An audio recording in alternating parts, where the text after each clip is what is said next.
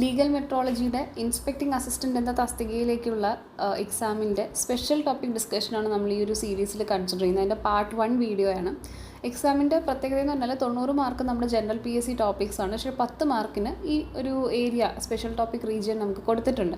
അപ്പോൾ വളരെ ഈസി ആയിട്ടാണ് നമുക്ക് ഒരു 10 മാർക്കിന് പഠിച്ചെടുക്കാനായിട്ട് പറ്റുന്നത്. ഒരുപാട് പഠിച്ചാലാണ് നമുക്ക് ബാക്കി 90 മാർക്സ് കിട്ടുക. പക്ഷേ ഈ 10 മാർക്സ് നിങ്ങൾ ഒന്ന് ഫോക്കസ് ചെയ്ത് കഴിഞ്ഞാൽ ഫുൾ മാർക്കും കിട്ടാൻ ഉള്ള ഒരു ഏരിയയാണ്.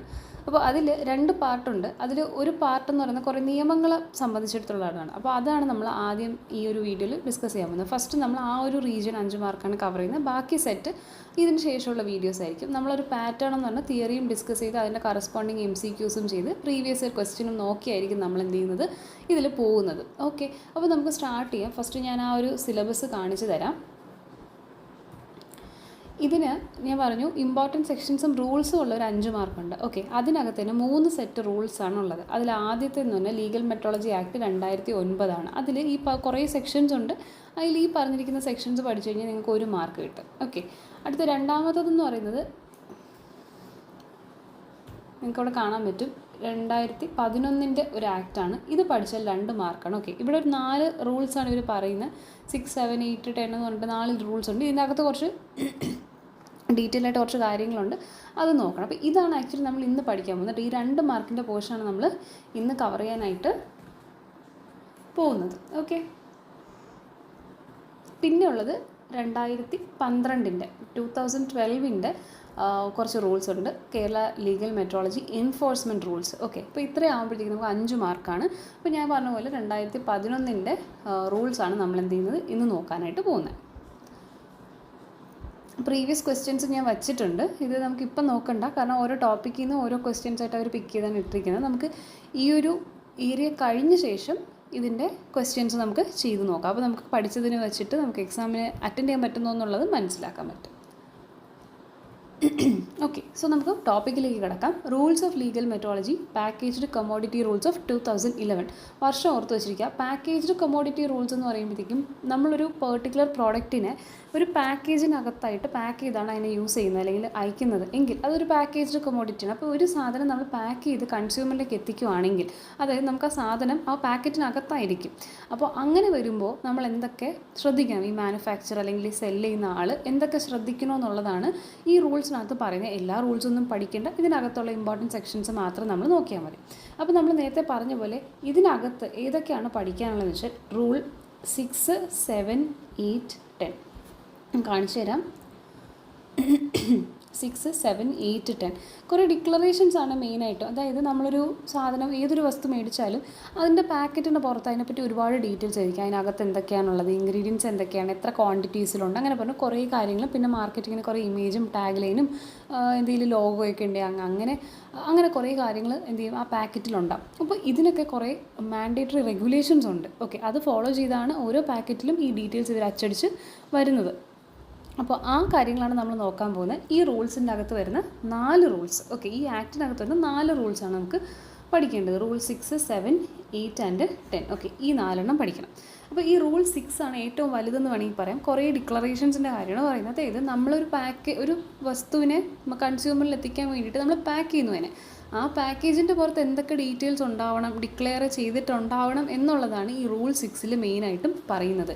ഇവിടെ പറഞ്ഞിട്ടുണ്ട് declaration to be made on every package. എല്ലാ പാക്കേജിലും എന്തൊക്കെ ഡിക്ലറേഷൻസ് ഉണ്ടാവണം. ഓക്കെ, അപ്പോൾ ഇവിടെ പറയുന്നത് ഫസ്റ്റ് തിങ് പറയുന്നത് every package shall bear thereon or on the label securely affixed thereto a definite plain and conspicuous declaration. അപ്പോൾ ഇത് ആക്ച്വലി ആ ഡയറക്റ്റ് ആക്ട് നിങ്ങൾക്ക് ഗൂഗിളിൽ അടിച്ചു കഴിഞ്ഞാൽ ഈ സെയിം PDF അതിൻ്റെ എല്ലാ ഡീറ്റെയിൽസും വരും. അത് വായിച്ചാൽ ചിലപ്പോൾ കുറച്ച് കൺഫ്യൂസിങ് ആവും നിങ്ങൾക്ക്. അപ്പോൾ പറഞ്ഞു വരുമ്പോൾ നിങ്ങൾക്ക് കുറച്ചുകൂടി ഒരു ക്ലാരിറ്റി ഉണ്ടാവും. ഓക്കെ, അപ്പോൾ ഞാൻ പറഞ്ഞുതരാം. ഫസ്റ്റ് റൂൾ എന്ന് പറഞ്ഞാൽ ഡിക്ലറേഷൻ എന്തൊക്കെയാണ് നമ്മൾ ആ പാക്കേജിൻ്റെ പുറത്ത് പ്രദർശിപ്പിക്കേണ്ടതെന്നുള്ളതാണ്. അപ്പോൾ ഒന്നുകിൽ ആ പാക്കേജിൻ്റെ പുറത്ത് അതുപോലെ തന്നെ ഉണ്ടാവണം. ഇപ്പോൾ ഇവിടെ ഒരു ഇമേജ് കൊടുത്തിട്ടുണ്ട്, കണ്ടോ? അപ്പോൾ ഈ ഇമേജിലെന്ന് പറഞ്ഞാൽ ഇതിൻ്റെ പുറത്തൊരു പ്രത്യേക ഒരു സ്ലിപ്പ്, ഒരു പേപ്പർ ഒട്ടിച്ച് എഴുതിയിരിക്കുന്ന പോലെയാണ് നമുക്ക് തോന്നുന്നത്. ഓക്കെ, അപ്പോൾ ഇങ്ങനെ 2 രീതിയിൽ ചെയ്യാം. ഒന്നുകിൽ ആ പാക്കേജിൻ്റെ പുറത്ത് ഷോൾ ബെയർ ദെയർ ഓൺ, ആ പാക്കേജിൻ്റെ പുറത്ത് തന്നെ ആകാം. ഇല്ലെങ്കിൽ അതിൻ്റെ പുറത്തൊരു ലേബൽ ഒട്ടിച്ചിട്ട് നമുക്ക് എന്ത് ചെയ്യാം, കുറേ കാര്യങ്ങളുണ്ടാവും ഇതിനെപ്പറ്റി പറയാനുള്ള. ആ ഡിക്ലറേഷൻ എല്ലാം അതിലുണ്ടാവണം. പക്ഷേ ഒരു ലേബലായിട്ട് പ്രത്യേകം ഒട്ടിക്കുക. നമ്മൾ പലയിടത്തും ഈ സ്റ്റിക്കേഴ്സ് പോലെ ഒട്ടിച്ചിട്ടുണ്ടാകും. ചിലതെന്ന് പറഞ്ഞാൽ ഇപ്പോൾ പ്ലാസ്റ്റിക് കവർ, നിങ്ങളൊരു ബിസ്ക്കറ്റ് മേടിച്ചാൽ അതിൻ്റെ ഡീറ്റെയിൽസ് എല്ലാം പ്ലാസ്റ്റിക് കവറിൽ തന്നെ ഉണ്ടാവും. ചിലതിൽ അങ്ങനെ ആയിരിക്കില്ല. നമ്മളിപ്പം ഈ ആമസോണിൽ നിന്നൊക്കെ ഒരു സാധനം വരുമ്പോൾ ചിലപ്പോൾ പുറത്തൊക്കെ എന്ത് ചെയ്യുക, അതിൻ്റെ ഡീറ്റെയിൽസൊക്കെ എഴുതി ഒട്ടിച്ചിട്ടുണ്ടാവും. അപ്പോൾ അങ്ങനെ either പാക്കറ്റിൽ തന്നെ അല്ലെങ്കിൽ ലേബൽ വെച്ചിട്ടാണ്. ഇതിൽ ഈ ഡിക്ലറേഷൻ 1, 2, 3 എന്ന് പറഞ്ഞാൽ കുറേ ഡിക്ലറേഷൻസ് ഞാൻ കൊടുത്തിട്ടുണ്ട്. ഇത് ആക്ച്വലി ആക്ടിലുള്ള നമ്പറല്ല, നിങ്ങൾക്ക് തിരിച്ചറിയാൻ വേണ്ടിയിട്ടാണ് പല ഡിക്ലറേഷൻസ് എന്ന് പറഞ്ഞിട്ട് ഞാൻ ഓരോ നമ്പർ ഇട്ടിരിക്കുന്നത്. അപ്പോൾ ഈ നമ്പേഴ്സ് നോക്കണ്ട, നിങ്ങൾ റൂളിൻ്റെ നമ്പർ മാത്രം നോക്കിയാൽ മതി. ഈ ഡിക്ലറേഷൻ നമ്പർ ആക്ച്വലി നോക്കണ്ട. പക്ഷേ ഓരോന്ന് സെപ്പറേറ്റ് ചെയ്ത് പഠിക്കാൻ വേണ്ടിയാണ് ഡിക്ലറേഷൻ ഇട്ടേക്കുന്നത് കേട്ടോ. അപ്പോൾ ആദ്യം നമ്മൾ ഡിക്ലെയർ ചെയ്യേണ്ട കാര്യം, അതായത് പ്രദർശിപ്പിക്കേണ്ട കാര്യം എന്ന് പറയുന്നത്, മാനുഫാക്ചറർ ഉണ്ടെങ്കിൽ മാനുഫാക്ചറിൻ്റെ പേരും അഡ്രസ്സും, പിന്നെ പാക്ക് ചെയ്യുന്നത് വേറൊരാളാണെങ്കിൽ അതും നമ്മൾ ഇപ്പോൾ സാധാരണ മാനുഫാക്ചർ ചെയ്യുന്ന ആൾ തന്നെയായിരിക്കും പാക്ക് ചെയ്യുന്നത് അല്ലേ. അങ്ങനെയാണെങ്കിൽ 2 പേർക്കും ഒരേ പേര് കൊടുത്താൽ മതി. ഇനി അല്ല, പാക്കേജ് ചെയ്യുന്ന വേറെ ആളാണെങ്കിൽ അത് പ്രത്യേകം നമ്മളെടുത്ത് പറയണം. ഓക്കെ, പാക്കേജറിൻ്റെ പേരും അഡ്രസ്സും. ഇനി ഇമ്പോർട്ടഡ് പാക്കേജ് ആണെങ്കിൽ, അതായത് നമ്മൾ ഇവിടുന്ന് പുറം രാജ്യങ്ങളിലേക്ക് പോകേണ്ടതാണെങ്കിൽ ഇമ്പോർട്ട് ചെയ്യുന്ന ഒരു ഏജൻസി കാണും, ലോജിസ്റ്റിക് ഏജൻസി കാണും. അപ്പോൾ അവരെ എന്ത് ചെയ്യും, നമ്മൾ പേരും അഡ്രസ്സും ഒക്കെ കൊടുക്കണം. അപ്പോൾ ഇവിടെ നിങ്ങൾക്ക് ഈ ഒരു ഇമേജിൽ കാണാൻ പറ്റില്ല, ഈ ബോക്സിനകത്ത് മാനുഫാക്ചർഡ് ബൈ എന്ന് പറഞ്ഞിട്ടൊരു പേരും അഡ്രസ്സും കൊടുത്തിട്ടുണ്ട്, പാക്ഡ് ബൈ എന്ന് പറഞ്ഞിട്ട് വേറൊരു അഡ്രസ്സ്, ഇമ്പോർട്ടഡ് ബൈ എന്ന് പറഞ്ഞിട്ട് വേറൊരു അഡ്രസ്സ്. അപ്പോൾ ഇങ്ങനെ ഇമ്പോർട്ടഡ് ആയിട്ട് വരുവാണെങ്കിൽ 3 എണ്ണം വേണം. പാക്കിംഗ് വേറെ ആളാണെങ്കിൽ മാനുഫാക്ചർ, പാക്കിംഗ്, ഇമ്പോർട്ടഡ് എല്ലാം നമ്മൾ എന്ത് ചെയ്യണം, ഈ ഒരു ഇതിനകത്ത് കൊടുത്തിട്ടുണ്ടാവണം, ഈ ഡിക്ലറേഷനകത്ത് കൊടുത്തിട്ടുണ്ടാവണം. ഇതാണ് ആദ്യത്തെ ഡിക്ലറേഷൻ. റൂൾ 6 പ്രകാരം നമ്മൾ പ്രദർശിപ്പിക്കേണ്ട ആദ്യത്തെ കാര്യം എന്താണ്, manufacturer,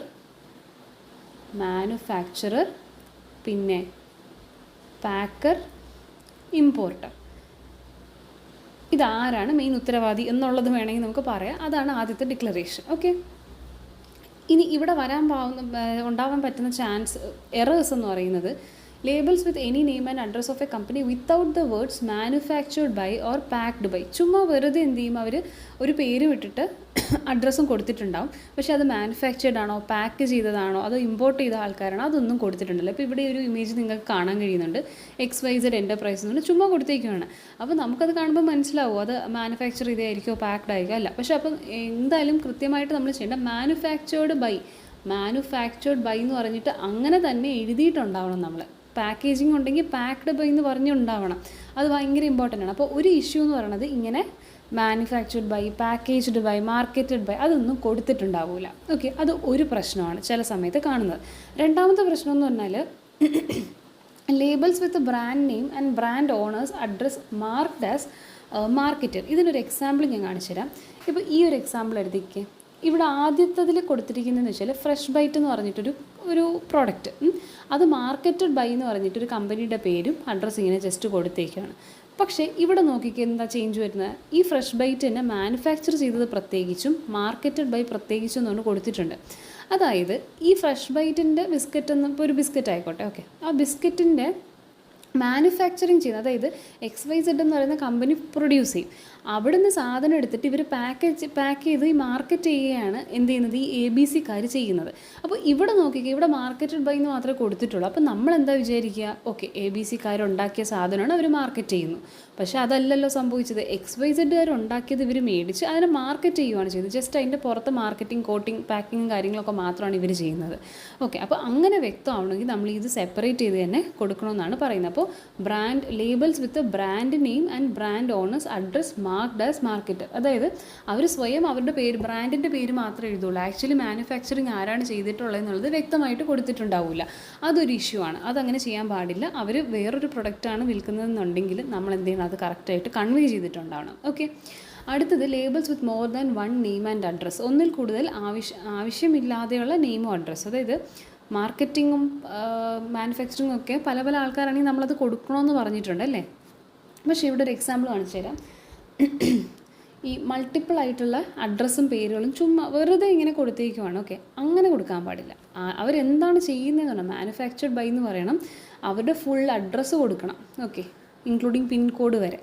packed by, marketed by, അങ്ങനെ. ഓക്കെ, അപ്പോൾ അനാവശ്യമായിട്ട് വെറുതെ കൊടുക്കാണ്ട് you have to specify manufacturing ആണോ പാക്കേജിങ് ആണോ എന്താണെന്നുള്ളത് വ്യക്തമായിട്ട് പറഞ്ഞു കൊടുക്കണം.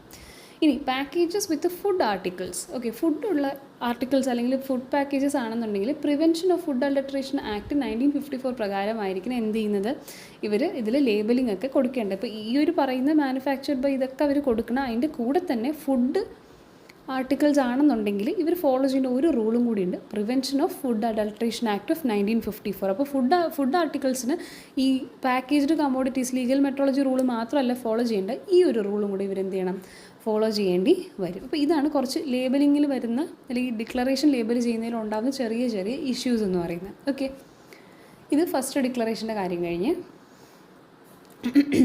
അപ്പോൾ നമ്മൾ ഈ പറഞ്ഞ എക്സാമ്പിളിൽ ഫുഡ് ആർട്ടിക്കിൾസിൻ്റെ കേസ് വരുമ്പോഴത്തേക്കും നമ്മൾ പറഞ്ഞില്ലേ ഡീറ്റെയിൽഡ് ആയിട്ട്. ഇപ്പം സാധാരണ നമ്മുടെ ഇപ്പോൾ പാക്കേജ്ഡ് കമ്മോഡിറ്റീസിൻ്റെ റൂൾ അനുസരിച്ചാണെങ്കിൽ അതിൻ്റെ അഡ്രസ്സ്, മാനുഫാക്ചറിങ്, നെറ്റ് വെയിറ്റ് ഇത്രയൊക്കെ മതിയാവും.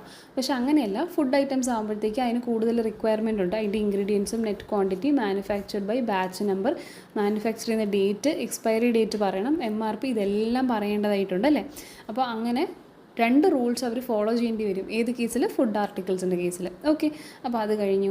ഇനി അടുത്ത ഡിക്ലറേഷനാണ്. അപ്പോൾ ഇതൊരു ഡിക്ലറേഷൻ കഴിഞ്ഞു. നമുക്ക് റൂൾ 6 കുറേ ഡിക്ലറേഷൻസ് ഉണ്ട്. ഡിക്ലറേഷൻസ് എന്ന് പറയുമ്പോൾ നമ്മൾ എന്തൊക്കെയാണ് അതിൽ എഴുതി കാണിക്കേണ്ടത്. അപ്പോൾ ആദ്യത്തെ കാര്യം കാരണം മാനുഫാക്ചറിങ് ആ സംഭവമൊക്കെ കഴിഞ്ഞു. ഇനി രണ്ടാമത്തതിൽ common or generic names of the commodity for packages with more than 1 product, name and quantity of each product. Okay, അപ്പോൾ ഇവിടെ പറയുന്നതെന്ന് വെച്ചാൽ നമ്മളൊരു പ്രത്യേക ഒരു പ്രൊഡക്റ്റ് ഉണ്ട്, അതിനകത്ത് നമ്മൾ ചുമ്മാ വെറുതെ ഒരൊറ്റ പേരാണ് കൊടുക്കുന്നത്. പക്ഷേ ആക്ച്വലി അതിനകത്ത് മൾട്ടിപ്പിൾ സാധനങ്ങളുണ്ട്.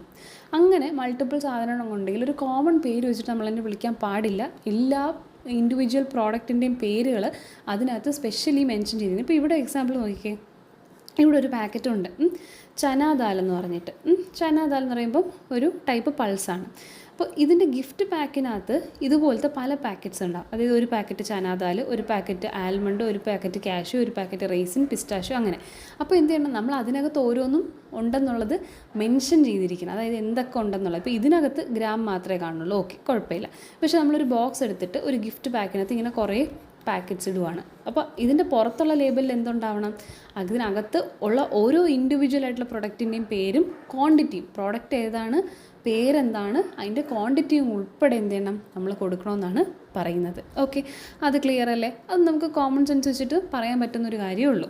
ഇനി net quantity, standard unit of weight or measure, number of commodity packed or sold by number. Okay, ഇനി അടുത്തതിൻ്റെ ക്വാണ്ടിറ്റി എത്രയാണ്, അതിൻ്റെ അളവ്.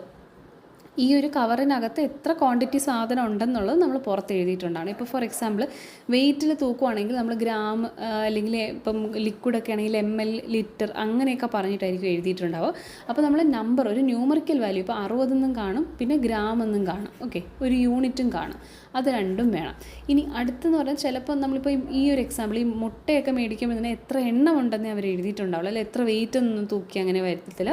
ചില വസ്തുക്കൾക്കെന്ന് പറഞ്ഞാൽ നമ്മൾ വെയിറ്റിന് പകരം എണ്ണം നോക്കിയായിരിക്കും വിൽക്കുന്നത്. അപ്പോൾ അവിടെ ആണെങ്കിൽ എണ്ണം വ്യക്തമാക്കിയിട്ടുണ്ടായിരിക്കണം. ഓക്കെ, നമ്പർ ഓഫ് കമോഡിറ്റി അല്ലെങ്കിൽ അതിൻ്റെ തൂക്കം അല്ലെങ്കിൽ മെഷർ, അതിൻ്റെ അളവ് എന്താണെന്ന് വെച്ചാൽ അത് മെൻഷൻ ചെയ്യണം. ഓക്കെ, അത് മൂന്നാമത്തെ ഡിക്ലറേഷൻ, മൂന്നാമത് ചെയ്യേണ്ട ഒരു കാര്യം. ഇനി നാലാമത്തെന്ന് പറയുന്നത് month and year, manufactured, pre packed, imported. അപ്പോൾ നമ്മൾ മാനുഫാക്ചർ ചെയ്യുന്ന സാധനങ്ങൾ ചിലതൊക്കെ ഇപ്പോൾ നമ്മൾ പൊതുവെ മേടിക്കുന്ന വസ്തുക്കളിൽ ഇപ്പോൾ ഇന്ത്യക്കകത്ത് ഉണ്ടാക്കി തന്നെയാണെങ്കിൽ മാനുഫാക്ചേർഡും എക്സ്പയറി ഡേറ്റും ഒക്കെ മാത്രമേ കാണുള്ളൂ. പക്ഷേ ഇമ്പോർട്ട് ചെയ്ത് കൊടുക്കുമ്പോഴത്തേക്കും അതിന് ഒരുപാട് ടൈം കഴിഞ്ഞിട്ടൊക്കെ ആയിരിക്കും പുറം രാജ്യങ്ങളിലോട്ടൊക്കെ എത്തുന്നത് അല്ലേ. അപ്പോൾ ഇവിടെ നിന്ന് തന്നെ ഇമ്പോർട്ട് ചെയ്ത ദിവസം അറിയണം, പ്രീ പാക്ക് ചെയ്ത ദിവസം അറിയണം, അതിന് മുന്നേ മാനുഫാക്ചർ ആയ ദിവസം എല്ലാം ഡീറ്റെയിൽ ആയിട്ട് കൊടുക്കേണ്ടി വരും. അപ്പോൾ ഡേറ്റുകൾ കൊടുക്കുക എന്നുള്ളതാണ് അടുത്ത ഡിക്ലറേഷൻ. ഓക്കെ, മന്തും ഇയറും, ഡേറ്റ് കൃത്യമായിട്ട് ദിവസം എപ്പോഴും കൊടുക്കണമെന്നില്ല, പക്ഷേ ചിലതിലൊക്കെ കൊടുക്കാറുണ്ട് കേട്ടോ. അപ്പോൾ മന്തും ഇയറുമാണ് അവർ കൃത്യമായിട്ട് പറയുന്നത്. മാനുഫാക്ചർ ചെയ്ത മന്തും ഇയറും പറയണം, പ്രീ പാക്കിംഗ് ഉണ്ടെങ്കിൽ അങ്ങനെ, ഇമ്പോർട്ടിംഗ് ഉണ്ടെങ്കിൽ അങ്ങനെ. അത് കൂടാഞ്ഞിട്ട് indicated using rubber stamp without overwriting. ഇപ്പം ഞാനിപ്പം ഒരു പാക്കറ്റ് എടുത്തു, ഓക്കെ, അതിനകത്ത് മാനുഫാക്ചേർഡ് എന്ന് പറഞ്ഞിട്ട് ഒരു ഡേറ്റ്, എക്സ്പയറി എന്ന് പറഞ്ഞിട്ട് ഒരു ഡേറ്റ്, ഇങ്ങനെ 2 ഡേറ്റ് കൊടുത്തിട്ടുണ്ട്. അപ്പോൾ ഇതെന്താണ്, റബ്ബർ സ്റ്റാമ്പ് ഉപയോഗിച്ചായിരിക്കും അതിൽ ചെയ്തിട്ടുണ്ടാവുക. പിന്നെ അതിൻ്റെ പുറത്തൂടെ തിരുത്തി എഴുതി ഓവർ റൈറ്റ് ചെയ്തിട്ടുണ്ടാവാൻ പാടില്ല. ചിലരൊക്കെ എന്ന് പറഞ്ഞാൽ വീണ്ടും വിൽക്കാൻ വേണ്ടിയിട്ട് അതിനെ മാറ്റിയിട്ട് അതിൻ്റെ പുറത്തൂടെ വേറെ പുതിയ ഡേറ്റ് അടിച്ചിട്ട് വിൽക്കുന്ന ഇതൊക്കെ നമ്മൾ പലപ്പോഴും ന്യൂസിലൊക്കെ കേട്ടിട്ടുണ്ടല്ലേ. അപ്പോൾ അങ്ങനെ ചെയ്യാൻ പാടില്ല. അതുകൊണ്ട് തന്നെ ഇങ്ങനെ ഇവിടെ ഒരു ഇമേജ് കാണുന്നില്ല. അപ്പോൾ ഇതുപോലെ മാനുഫാക്ചർഡ് ബൈ എന്ന് പറഞ്ഞാൽ മന്തും ഇയറും കാണിക്കണം, ഡേറ്റും ചിലരൊക്കെ കാണിക്കാറുണ്ട്, റബ്ബർ സ്റ്റാമ്പ് വെച്ചിട്ട് കാണിക്കണം എന്നുള്ളതാണ് അവർ പറയുന്നത്. ആൻഡ് ഈ ഡേറ്റൊക്കെ എന്ന് പറഞ്ഞാൽ ഒന്നിൽ വേർഡ്സിലോ ന്യൂമറൽസിലോ എഴുതാം. അപ്പോൾ കണ്ടോ, സെപ്റ്റംബർ എന്ന് പറഞ്ഞാൽ ലെറ്റേഴ്സിൽ എഴുതി, ഡേറ്റ് 2024 എന്നുള്ളത് നമ്പേഴ്സിൽ എഴുതിയിട്ടുള്ളൂ അല്ലേ. അത് ഓക്കെയാണ്, കുഴപ്പമില്ല. പക്ഷേ നമ്മുടെ ഇവിടെ ഇമ്പോർട്ടൻ്റ് ആയിട്ടുള്ള കാര്യം എന്ന് പറഞ്ഞാൽ ഡേറ്റ്, ഓക്കെ, അല്ലെങ്കിൽ ഡേറ്റ് അല്ലെങ്കിൽ മന്ത് അല്ലെങ്കിൽ ഇയർ, ഓക്കെ, ഇത്രയും കാര്യങ്ങൾ മെൻഷൻ ചെയ്യുക എന്നുള്ളതാണ് ഇവിടുത്തെ റിക്വയർമെൻറ്റ് ഈ ഒരു ഡിക്ലറേഷനിൽ പറയുന്നത്. പക്ഷേ ഇത് ചില കേസസിൽ ആപ്ലിക്കബിൾ അല്ല. ഓക്കെ, എങ്ങനെയാണെന്ന് വെച്ച് കഴിഞ്ഞാൽ not applicable for food articles, seeds, cosmetic products എന്നാണ് കേട്ടോ. ഇപ്പോൾ ഈ പറഞ്ഞ രീതി അല്ല നമ്മൾ ഏതിൻ്റെ കേസിൽ, ഫുഡ് ആർട്ടിക്കിൾസിൻ്റെ കേസിലും സീഡിൻ്റെ കേസിലും കോസ്മെറ്റിക് പ്രോഡക്റ്റിൻ്റെ കേസിലും നമ്മൾ എടുക്കുന്നത്. അതായത് ഫുഡ് ആർട്ടിക്കിൾസിന് നമ്മൾ നേരത്തെ പറഞ്ഞൊരു ആക്ട് ഉണ്ടല്ലോ, അത് പ്രകാരമാണ് 1954 അല്ലേ, 1954 prevention of food adulteration act. പിന്നെ വേറെ ഏതെങ്കിലും നിയമങ്ങളുണ്ടെങ്കിൽ അത് ഇപ്പോൾ അത് മെൻഷൻ ചെയ്തിട്ടില്ല. സീഡിൻ്റെ കേസ് പറയുമ്പോഴത്തേക്കും വേറൊരു ആക്ട് ഉണ്ട്, സീഡ്സ് ആക്ട് ഓഫ് 1966. ഈ ആക്ട് പ്രകാരമുള്ള കുറച്ച് റൂൾസ് ഫോളോ ചെയ്തിട്ടാണ് ഇവരുടെ മാനുഫാക്ചറിങ് ഡേറ്റും കാര്യങ്ങളൊക്കെ പറയുന്നത്. കോസ്മെറ്റിക് പ്രോഡക്ട്സിനും അതുപോലെ ഉണ്ട്, നോട്ട് ചെയ്തോളുക, drugs and cosmetics rules of 1945. Okay, ഇത് പ്രകാരമാണ് ഇവരുടെ മാനുഫാക്ചറിങ് ഡേറ്റും കാര്യങ്ങളൊക്കെ പറയുന്നത്. ഓക്കെ, അപ്പോൾ അത് ഫോളോ ചെയ്തില്ല. പിന്നെ ഇതുപോലെ തന്നെ ബീഡീസ്, ഇൻസെൻസ്, സ്റ്റിക്കിലും ഈ ഒരു ഡിക്ലറേഷൻ്റെ ഈ ഒരു കണ്ടീഷൻ ആപ്ലിക്കബിൾ ആവുന്നില്ല. പിന്നെ പറയുന്നത് not applicable for domestic LPG cylinders. നമുക്ക് വീട്ടിലൊക്കെ ഉപയോഗിക്കുന്ന LPG സിലിണ്ടേഴ്സ് ഉണ്ടല്ലോ, അപ്പോൾ 14.2 kg അല്ലെങ്കിൽ 5 കിലോ, ഓക്കെ, അതിൻ്റെ bottled and marketed by a public sector undertaking. ഒരു PSUവിൻ്റെ അണ്ടറിൽ വരുന്ന LPG അതുവഴി അവർ കൊടുക്കുന്ന LPG സിലിണ്ടറിനാണെങ്കിലും ഇതെന്ത് ചെയ്യില്ല, ആപ്ലിക്കബിൾ ആയിട്ട് വരില്ല. ഈ ഒരു ഇൻഡിക്കേഷൻ അവർ കാണിക്കുന്നില്ല. ഓക്കെ, പ്രൈവറ്റ് ആയിട്ടൊക്കെ ചെയ്യുന്നവരാണെങ്കിൽ തീർച്ചയായിട്ടും കാണിക്കണം. പക്ഷേ പബ്ലിക് സെക്ടർ അണ്ടർടേക്കിങ്ങിൽ വരുന്ന domestic LPG cylinders 14.2 or 5 kg ഇതിലൊന്നും എന്ത് ചെയ്യില്ല, കുഴപ്പമില്ല. അപ്പോൾ ഇവിടെ എക്സെപ്ഷൻസ് ഇമ്പോർട്ടൻ്റ് ആണ്. ഇതും എക്സാമിന് ചോദിക്കാൻ ചാൻസ് ഉണ്ട് കേട്ടോ, അത് ഓർത്ത് വെച്ചിരിക്കുക. സാധാരണ ഇവിടെ അപ്പം മെയിനായിട്ടും മാനുഫാക്ചറിങ് ഡേറ്റും കാര്യങ്ങളൊക്കെയാണ് ഇവിടെ പറഞ്ഞിട്ടുള്ളത്. ഇനി എന്താണ് നമ്മൾ കാണിക്കേണ്ട, പ്രൈസ് അല്ലേ. നമുക്ക് ജനറലി ഒരു കോമൺ സെൻസ് ഉപയോഗിച്ചാൽ തന്നെ നമ്മളൊരു പ്രോഡക്റ്റ് എടുത്തു കഴിഞ്ഞാൽ അതിൻ്റെ പാക്കേജിങ്ങിൽ എന്തൊക്കെ ഉണ്ടാവും നമുക്ക് ചിന്തിക്കാനല്ലേ ഉള്ളൂ. അപ്പോൾ MRP ഭയങ്കര ഇമ്പോർട്ടൻ്റ് അല്ലേ, അതിൻ്റെ വില എത്രയാണെന്നുള്ളത്. ഇപ്പോൾ റീറ്റെയിൽ സെയിൽ പ്രൈസ് കൊടുത്തിട്ടുണ്ടാവണം. ഇത് ആൽക്കഹോളിക് ബിവറേജസോ സ്പിരിച്വസ് ലിക്കറോ ആവുകയാണെങ്കിൽ നമ്മൾ ഈ പറയുന്ന പാക്കേജ്ഡ് കൊമോഡിറ്റി റൂൾ അല്ല ഉപയോഗിക്കുന്നത്, പകരം സ്റ്റേറ്റ് എക്സൈസ് നിയമങ്ങളാണ്, അല്ലെങ്കിൽ ആ സ്റ്റേറ്റിനകത്തുള്ള വേറെ എന്തെങ്കിലും നിയമങ്ങൾ, ഇതിൻ്റെയൊക്കെ കാര്യങ്ങൾ പറയുന്ന ഏതെങ്കിലും നിയമങ്ങളുണ്ടെങ്കിൽ അത് ഫോളോ ചെയ്തിട്ടാണ്. അല്ലാതെ നമ്മൾ ഈ പറയുന്ന പാക്കേജ്ഡ് കൊമോഡിറ്റി റൂൾസ് ഓഫ് 2011 അല്ല. ഓക്കെ, ഇനി ഈ റൂൾസ് വേറെ സ്റ്റേറ്റ് എക്സൈസ് ലോസും റൂൾസും do not provide for declaration. അപ്പോൾ ഇൻ കേസ് ഈ പറഞ്ഞ ഒരു സ്റ്റേറ്റിലെ എക്സൈസ് ലോസ് അല്ലെങ്കിൽ നിയമങ്ങളൊന്നും ഇതിൻ്റെ ഈ പ്രിൻറ്റിങ്ങും ഡിക്ലറേഷൻ കാണിക്കുന്നതിനെ പറ്റിയൊന്നും പറഞ്ഞിട്ടില്ല, അല്ലെങ്കിൽ റീറ്റെയിൽ സെയിൽ പ്രൈസ് ഡിസ്പ്ലേ ചെയ്യുക, അതിൻ്റെ വില ഡിസ്പ്ലേ ചെയ്യുന്നതിനെക്കുറിച്ച് പ്രത്യേകിച്ചൊന്നും പറഞ്ഞിട്ടില്ലെങ്കിൽ നമ്മൾ ഈ പറയുന്ന കൊമോഡിറ്റീസ് റൂൾസ്, അതായത് ലീഗൽ മെട്രോളജി റൂൾസ് അവിടെ അപ്ലൈ ആവും ഓട്ടോമാറ്റിക്കായിട്ട്. ഓക്കെ, അതില്ലാന്നുണ്ടെങ്കിൽ മാത്രം. അഥവാ സ്റ്റേറ്റിന് എക്സൈസ് ലോസ് സ്വന്തമായിട്ട് റൂൾസ് ഉണ്ട്, ബിവറേജസ്, സ്പിരിച്വസ് ലിക്കർ, ഈ ലിക്കർ പ്രൊഡക്ട്സിനൊക്കെ എങ്ങനെയെന്നുള്ളത് കൂടുതലും സ്റ്റേറ്റുകാർ തന്നെയാണ് തീരുമാനിക്കുന്നത്. അതില്ലെങ്കിൽ മാത്രമേ പാക്കേജ്ഡ് കൊമോഡിറ്റീസ് റൂൾസ് ബിവറേജസിൽ അപ്ലൈ ആവുള്ളൂ കേട്ടോ. ഇനി ഇതിൻ്റെ വേറൊരു എക്സെപ്ഷൻ എന്ന് BD, നേരത്തെ പറഞ്ഞ domestic LPG cylinder of which price is covered under administrative price mechanism of government, അതായത് PSU അണ്ടർടേക്കിങ്ങിലുള്ള എന്ന് വേണമെങ്കിൽ തന്നെ നമുക്ക് പറയാം കേട്ടോ. അവിടെയും എന്തില്ല, ഈ ഒരു കേസ് അപ്ലൈ ആവത്തില്ല. അപ്പോൾ എക്സെപ്ഷൻസ് എല്ലായിടും ഒന്ന് നോക്കി വയ്ക്കുക. MRPക്ക് എക്സെപ്ഷൻ ഉണ്ട്, പിന്നെ മാനുഫാക്ചർ ഡേറ്റ് അതിനും എക്സെപ്ഷൻ ഉണ്ട്. ഇനി കുറച്ച് ഡിക്ലറേഷൻസും കൂടെ ഉള്ളൂ, അതുകൂടെ കഴിയുമ്പോഴത്തേക്കും നമ്മുടെ റൂൾ 6 അങ്ങ് കഴിയും. ഓക്കെ, എന്നിട്ട് അതിൻ്റെ ഒരു 4-5 ക്വസ്റ്റ്യൻസ് നോക്കാം. ഡിക്ലറേഷൻ 6 പറയുന്നത് size of the commodity, dimensions, അതായത് ഇനി അടുത്ത് നമ്മൾ ആ കൊമോഡിറ്റിയുടെ സൈസും കാര്യങ്ങളൊക്കെയാണ് പറയുന്നത്. If dimensions of different parts are different, dimensions of each പാർട്ടും മെൻഷൻ ചെയ്യണം. അതായത് നമ്മളിപ്പോൾ ഈ ഒരു കൊമോഡിറ്റിയുടെ ഇപ്പോൾ ഇവിടെ ഒരു എക്സാമ്പിൾ കാണിച്ചിട്ട് ഇത് ബോക്സിന് ഡയമെൻഷൻ എന്താ 20/15/30 അല്ലേ, ഇതാണ് പറയുന്നത്. അല്ല 30/15/20 ആണ്. 30 സെൻറ്റിമീറ്റർ 15 സെൻറ്റിമീറ്റർ ഇൻറ്റു 20 സെൻറ്റിമീറ്റർ. അപ്പോൾ ഇതിൻ്റെ പുറത്തുള്ള ലേബലിൽ എവിടെയെങ്കിലും ഒരിടത്ത് ഈ സൈസ് എഴുതിയിട്ടുണ്ടാവും. പക്ഷേ ഇതിനകത്ത് നമ്മൾ എന്തൊക്കെ പാക്ക് ചെയ്തിട്ടുണ്ട്, ഇങ്ങനെ 2 ഗിയർ ചെയ്തിട്ടുണ്ട്. പിന്നെ ഇതിൻ്റെ കുറച്ച് ഡയമെൻഷൻസ് ഇല്ലേ, 10 സെൻറ്റിമീറ്റർ 6 സെൻറ്റിമീറ്റർ, ഇതും എന്ത് ചെയ്യണം, മെൻഷൻ ചെയ്തിട്ടുണ്ടാവണം. അപ്പോൾ ഇവിടെ വേണമെങ്കിൽ എഴുതാം. പിന്നെ ചില സമയങ്ങളിൽ ഇതും ഒരു പ്രത്യേകം പാക്കേജിനകത്ത് ആക്കിയിട്ടായിരിക്കും എന്ത് ചെയ്യുന്നത്, ഈ ഒരു പെട്ടിക്കകത്ത് ഇട്ടിട്ടുണ്ടാവാം.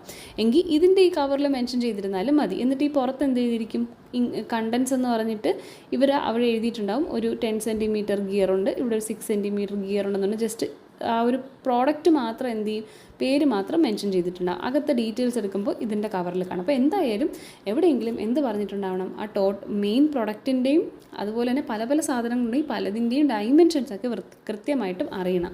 അതായത് ഡൈമെൻഷൻസ് ഉള്ളൊരു വസ്തുവാണെങ്കിൽ അതിൻ്റെ സൈസ്, അതിൻ്റെ ആ ഒരു ഡൈമെൻഷൻ കറക്റ്റായിട്ട് നമ്മൾ മെൻഷൻ ചെയ്യണം. ഓക്കെ, അത് അടുത്തൊരു ഡിക്ലറേഷൻ. പിന്നെ ഉള്ളത് name, address, phone number and email address of the person or office for consumer to contact. ഇപ്പം നമുക്ക് ഈ ഒരു പ്രൊഡക്റ്റ് മേടിച്ചിട്ട് എന്തെങ്കിലും ഇഷ്യൂ വന്നു, അപ്പോൾ നമുക്ക് കൺസ്യൂമർ സപ്പോർട്ടിന് വേണ്ടിയിട്ട് അല്ലെങ്കിൽ കസ്റ്റമർ സപ്പോർട്ടിന് വേണ്ടിയിട്ട് ആരെ കോൺടാക്ട് ചെയ്യണം എന്നുള്ള ഡീറ്റെയിൽ, പേര്, അഡ്രസ്സ്, ഫോൺ നമ്പർ, ചിലപ്പോൾ ഒരൊറ്റ നമ്പർ മാത്രമേ കാണുള്ളൂ കേട്ടോ. നമുക്ക് കോൺടാക്ട് ചെയ്യാനായിട്ട് ടോൾ ഫ്രീ നമ്പർ കാണും, അല്ലെങ്കിൽ ഒരു കസ്റ്റമർ സർവീസ് നമ്പർ കാണും, ഇമെയിൽ അഡ്രസ്സും കൊടുത്തിട്ടുണ്ടാവും. അങ്ങനത്തെ ഡീറ്റെയിൽസ് നമ്മൾ കൊടുക്കണം ഇൻ കേസ് എന്തെങ്കിലും ഇഷ്യൂ ഉണ്ടെങ്കിൽ കോൺടാക്ട് ചെയ്യാനായിട്ട്. ഓക്കെ, അതാണ് അടുത്ത ഡിക്ലറേഷൻ. പിന്നെ സ്റ്റിക്കേഴ്സ് യൂസ് ചെയ്യാൻ പറ്റുന്ന ഒരു ഡിക്ലറേഷനാണ് സ്റ്റിക്കേഴ്സ് എന്ന് പറയുന്നത് with lower MRP. Shall not cover MRP declaration made by manufacture or the packer. Declarations not mention under these rules can use stickers. അപ്പോൾ ഇവിടെ പറയുന്നതെന്ന് വെച്ചാൽ നമ്മളിപ്പോൾ ഒരു സാധനം ഒരു MRP ഇട്ടിട്ടുണ്ട്, അതായത് മാക്സിമം അത് മാർക്കറ്റിൽ വിൽക്കാൻ പറ്റുന്നൊരു വിലയാണ്, അതിൽ MRP എന്ന് പറഞ്ഞാൽ നമ്മളതിൽ അച്ചടിച്ചിട്ടുണ്ടാവും. ഇപ്പോൾ ഈ എക്സാമ്പിൾ നിങ്ങൾക്ക് ഇവിടെ കാണാൻ കഴിയും, ഈ ഒരു ജാറിനകത്ത് MRP 150 എഴുതിയിട്ടുണ്ട്. ഒരു ഓഫറിൽ ഇതിപ്പോൾ എക്സ്പയറി ആവാറായതുകൊണ്ട് ഇനി ഒരു 4 മാസം കഴിയുമ്പോൾ എക്സ്പയറി ആവും. അപ്പോൾ എന്ത് ചെയ്യും, ഷോപ്പ് കീപ്പേഴ്സ് എടുത്തിട്ട് ഇതിനെ സെയിലിലിടും. അതായത് 150ൻ്റെ സാധനം 120 നിങ്ങൾ മേടിച്ചോളൂ എന്നുള്ള രീതിക്ക് സ്പെഷ്യൽ ഓഫർ ഇടും. അപ്പോൾ എന്ത് ചെയ്യും, പ്രത്യേകം അതിൻ്റെ പുറത്തൂടെ ഒരു സ്റ്റിക്കർ എഴുതിയായിരിക്കും അവർ ഒട്ടിക്കുക. അപ്പോൾ അങ്ങനത്തെ കേസിൽ MRP ക്കാളും കുറഞ്ഞൊരു വിലയ്ക്ക് വിൽക്കാനാണെങ്കിൽ സ്റ്റിക്കർ ഒട്ടിക്കാം.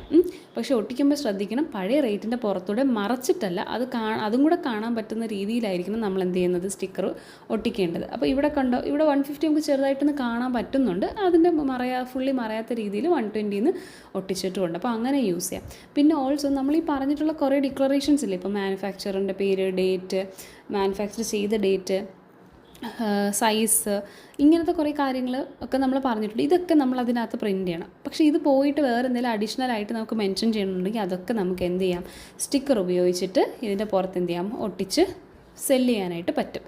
ഓക്കെ, അതും ഒന്ന് നോട്ട് ചെയ്യാം. അപ്പോൾ ചിലപ്പോൾ ഒരു 4-5 ഓപ്ഷൻസ് തന്നിട്ട് സ്റ്റിക്കർ യൂസ് ചെയ്ത് നിങ്ങൾക്ക് ഡിക്ലറേഷൻ കൊടുക്കാൻ പറ്റുന്നത്, കൊടുക്കാൻ പറ്റാത്തത് എന്നുള്ള രീതിയിൽ ചിലപ്പോൾ ഒരു ഡിസ്റ്റിങ്ഷൻ കാണിച്ചു കഴിഞ്ഞാൽ നിങ്ങൾക്കതവിടെ യൂസ് ചെയ്യാൻ പറ്റും. ഓക്കെ, അടുത്ത ഡിക്ലറേഷൻ എന്ന് പറയുന്നത് commodity with multiple components packed as 2 or more units sold as a single unit. Declaration on the main package with the details of accompanying package.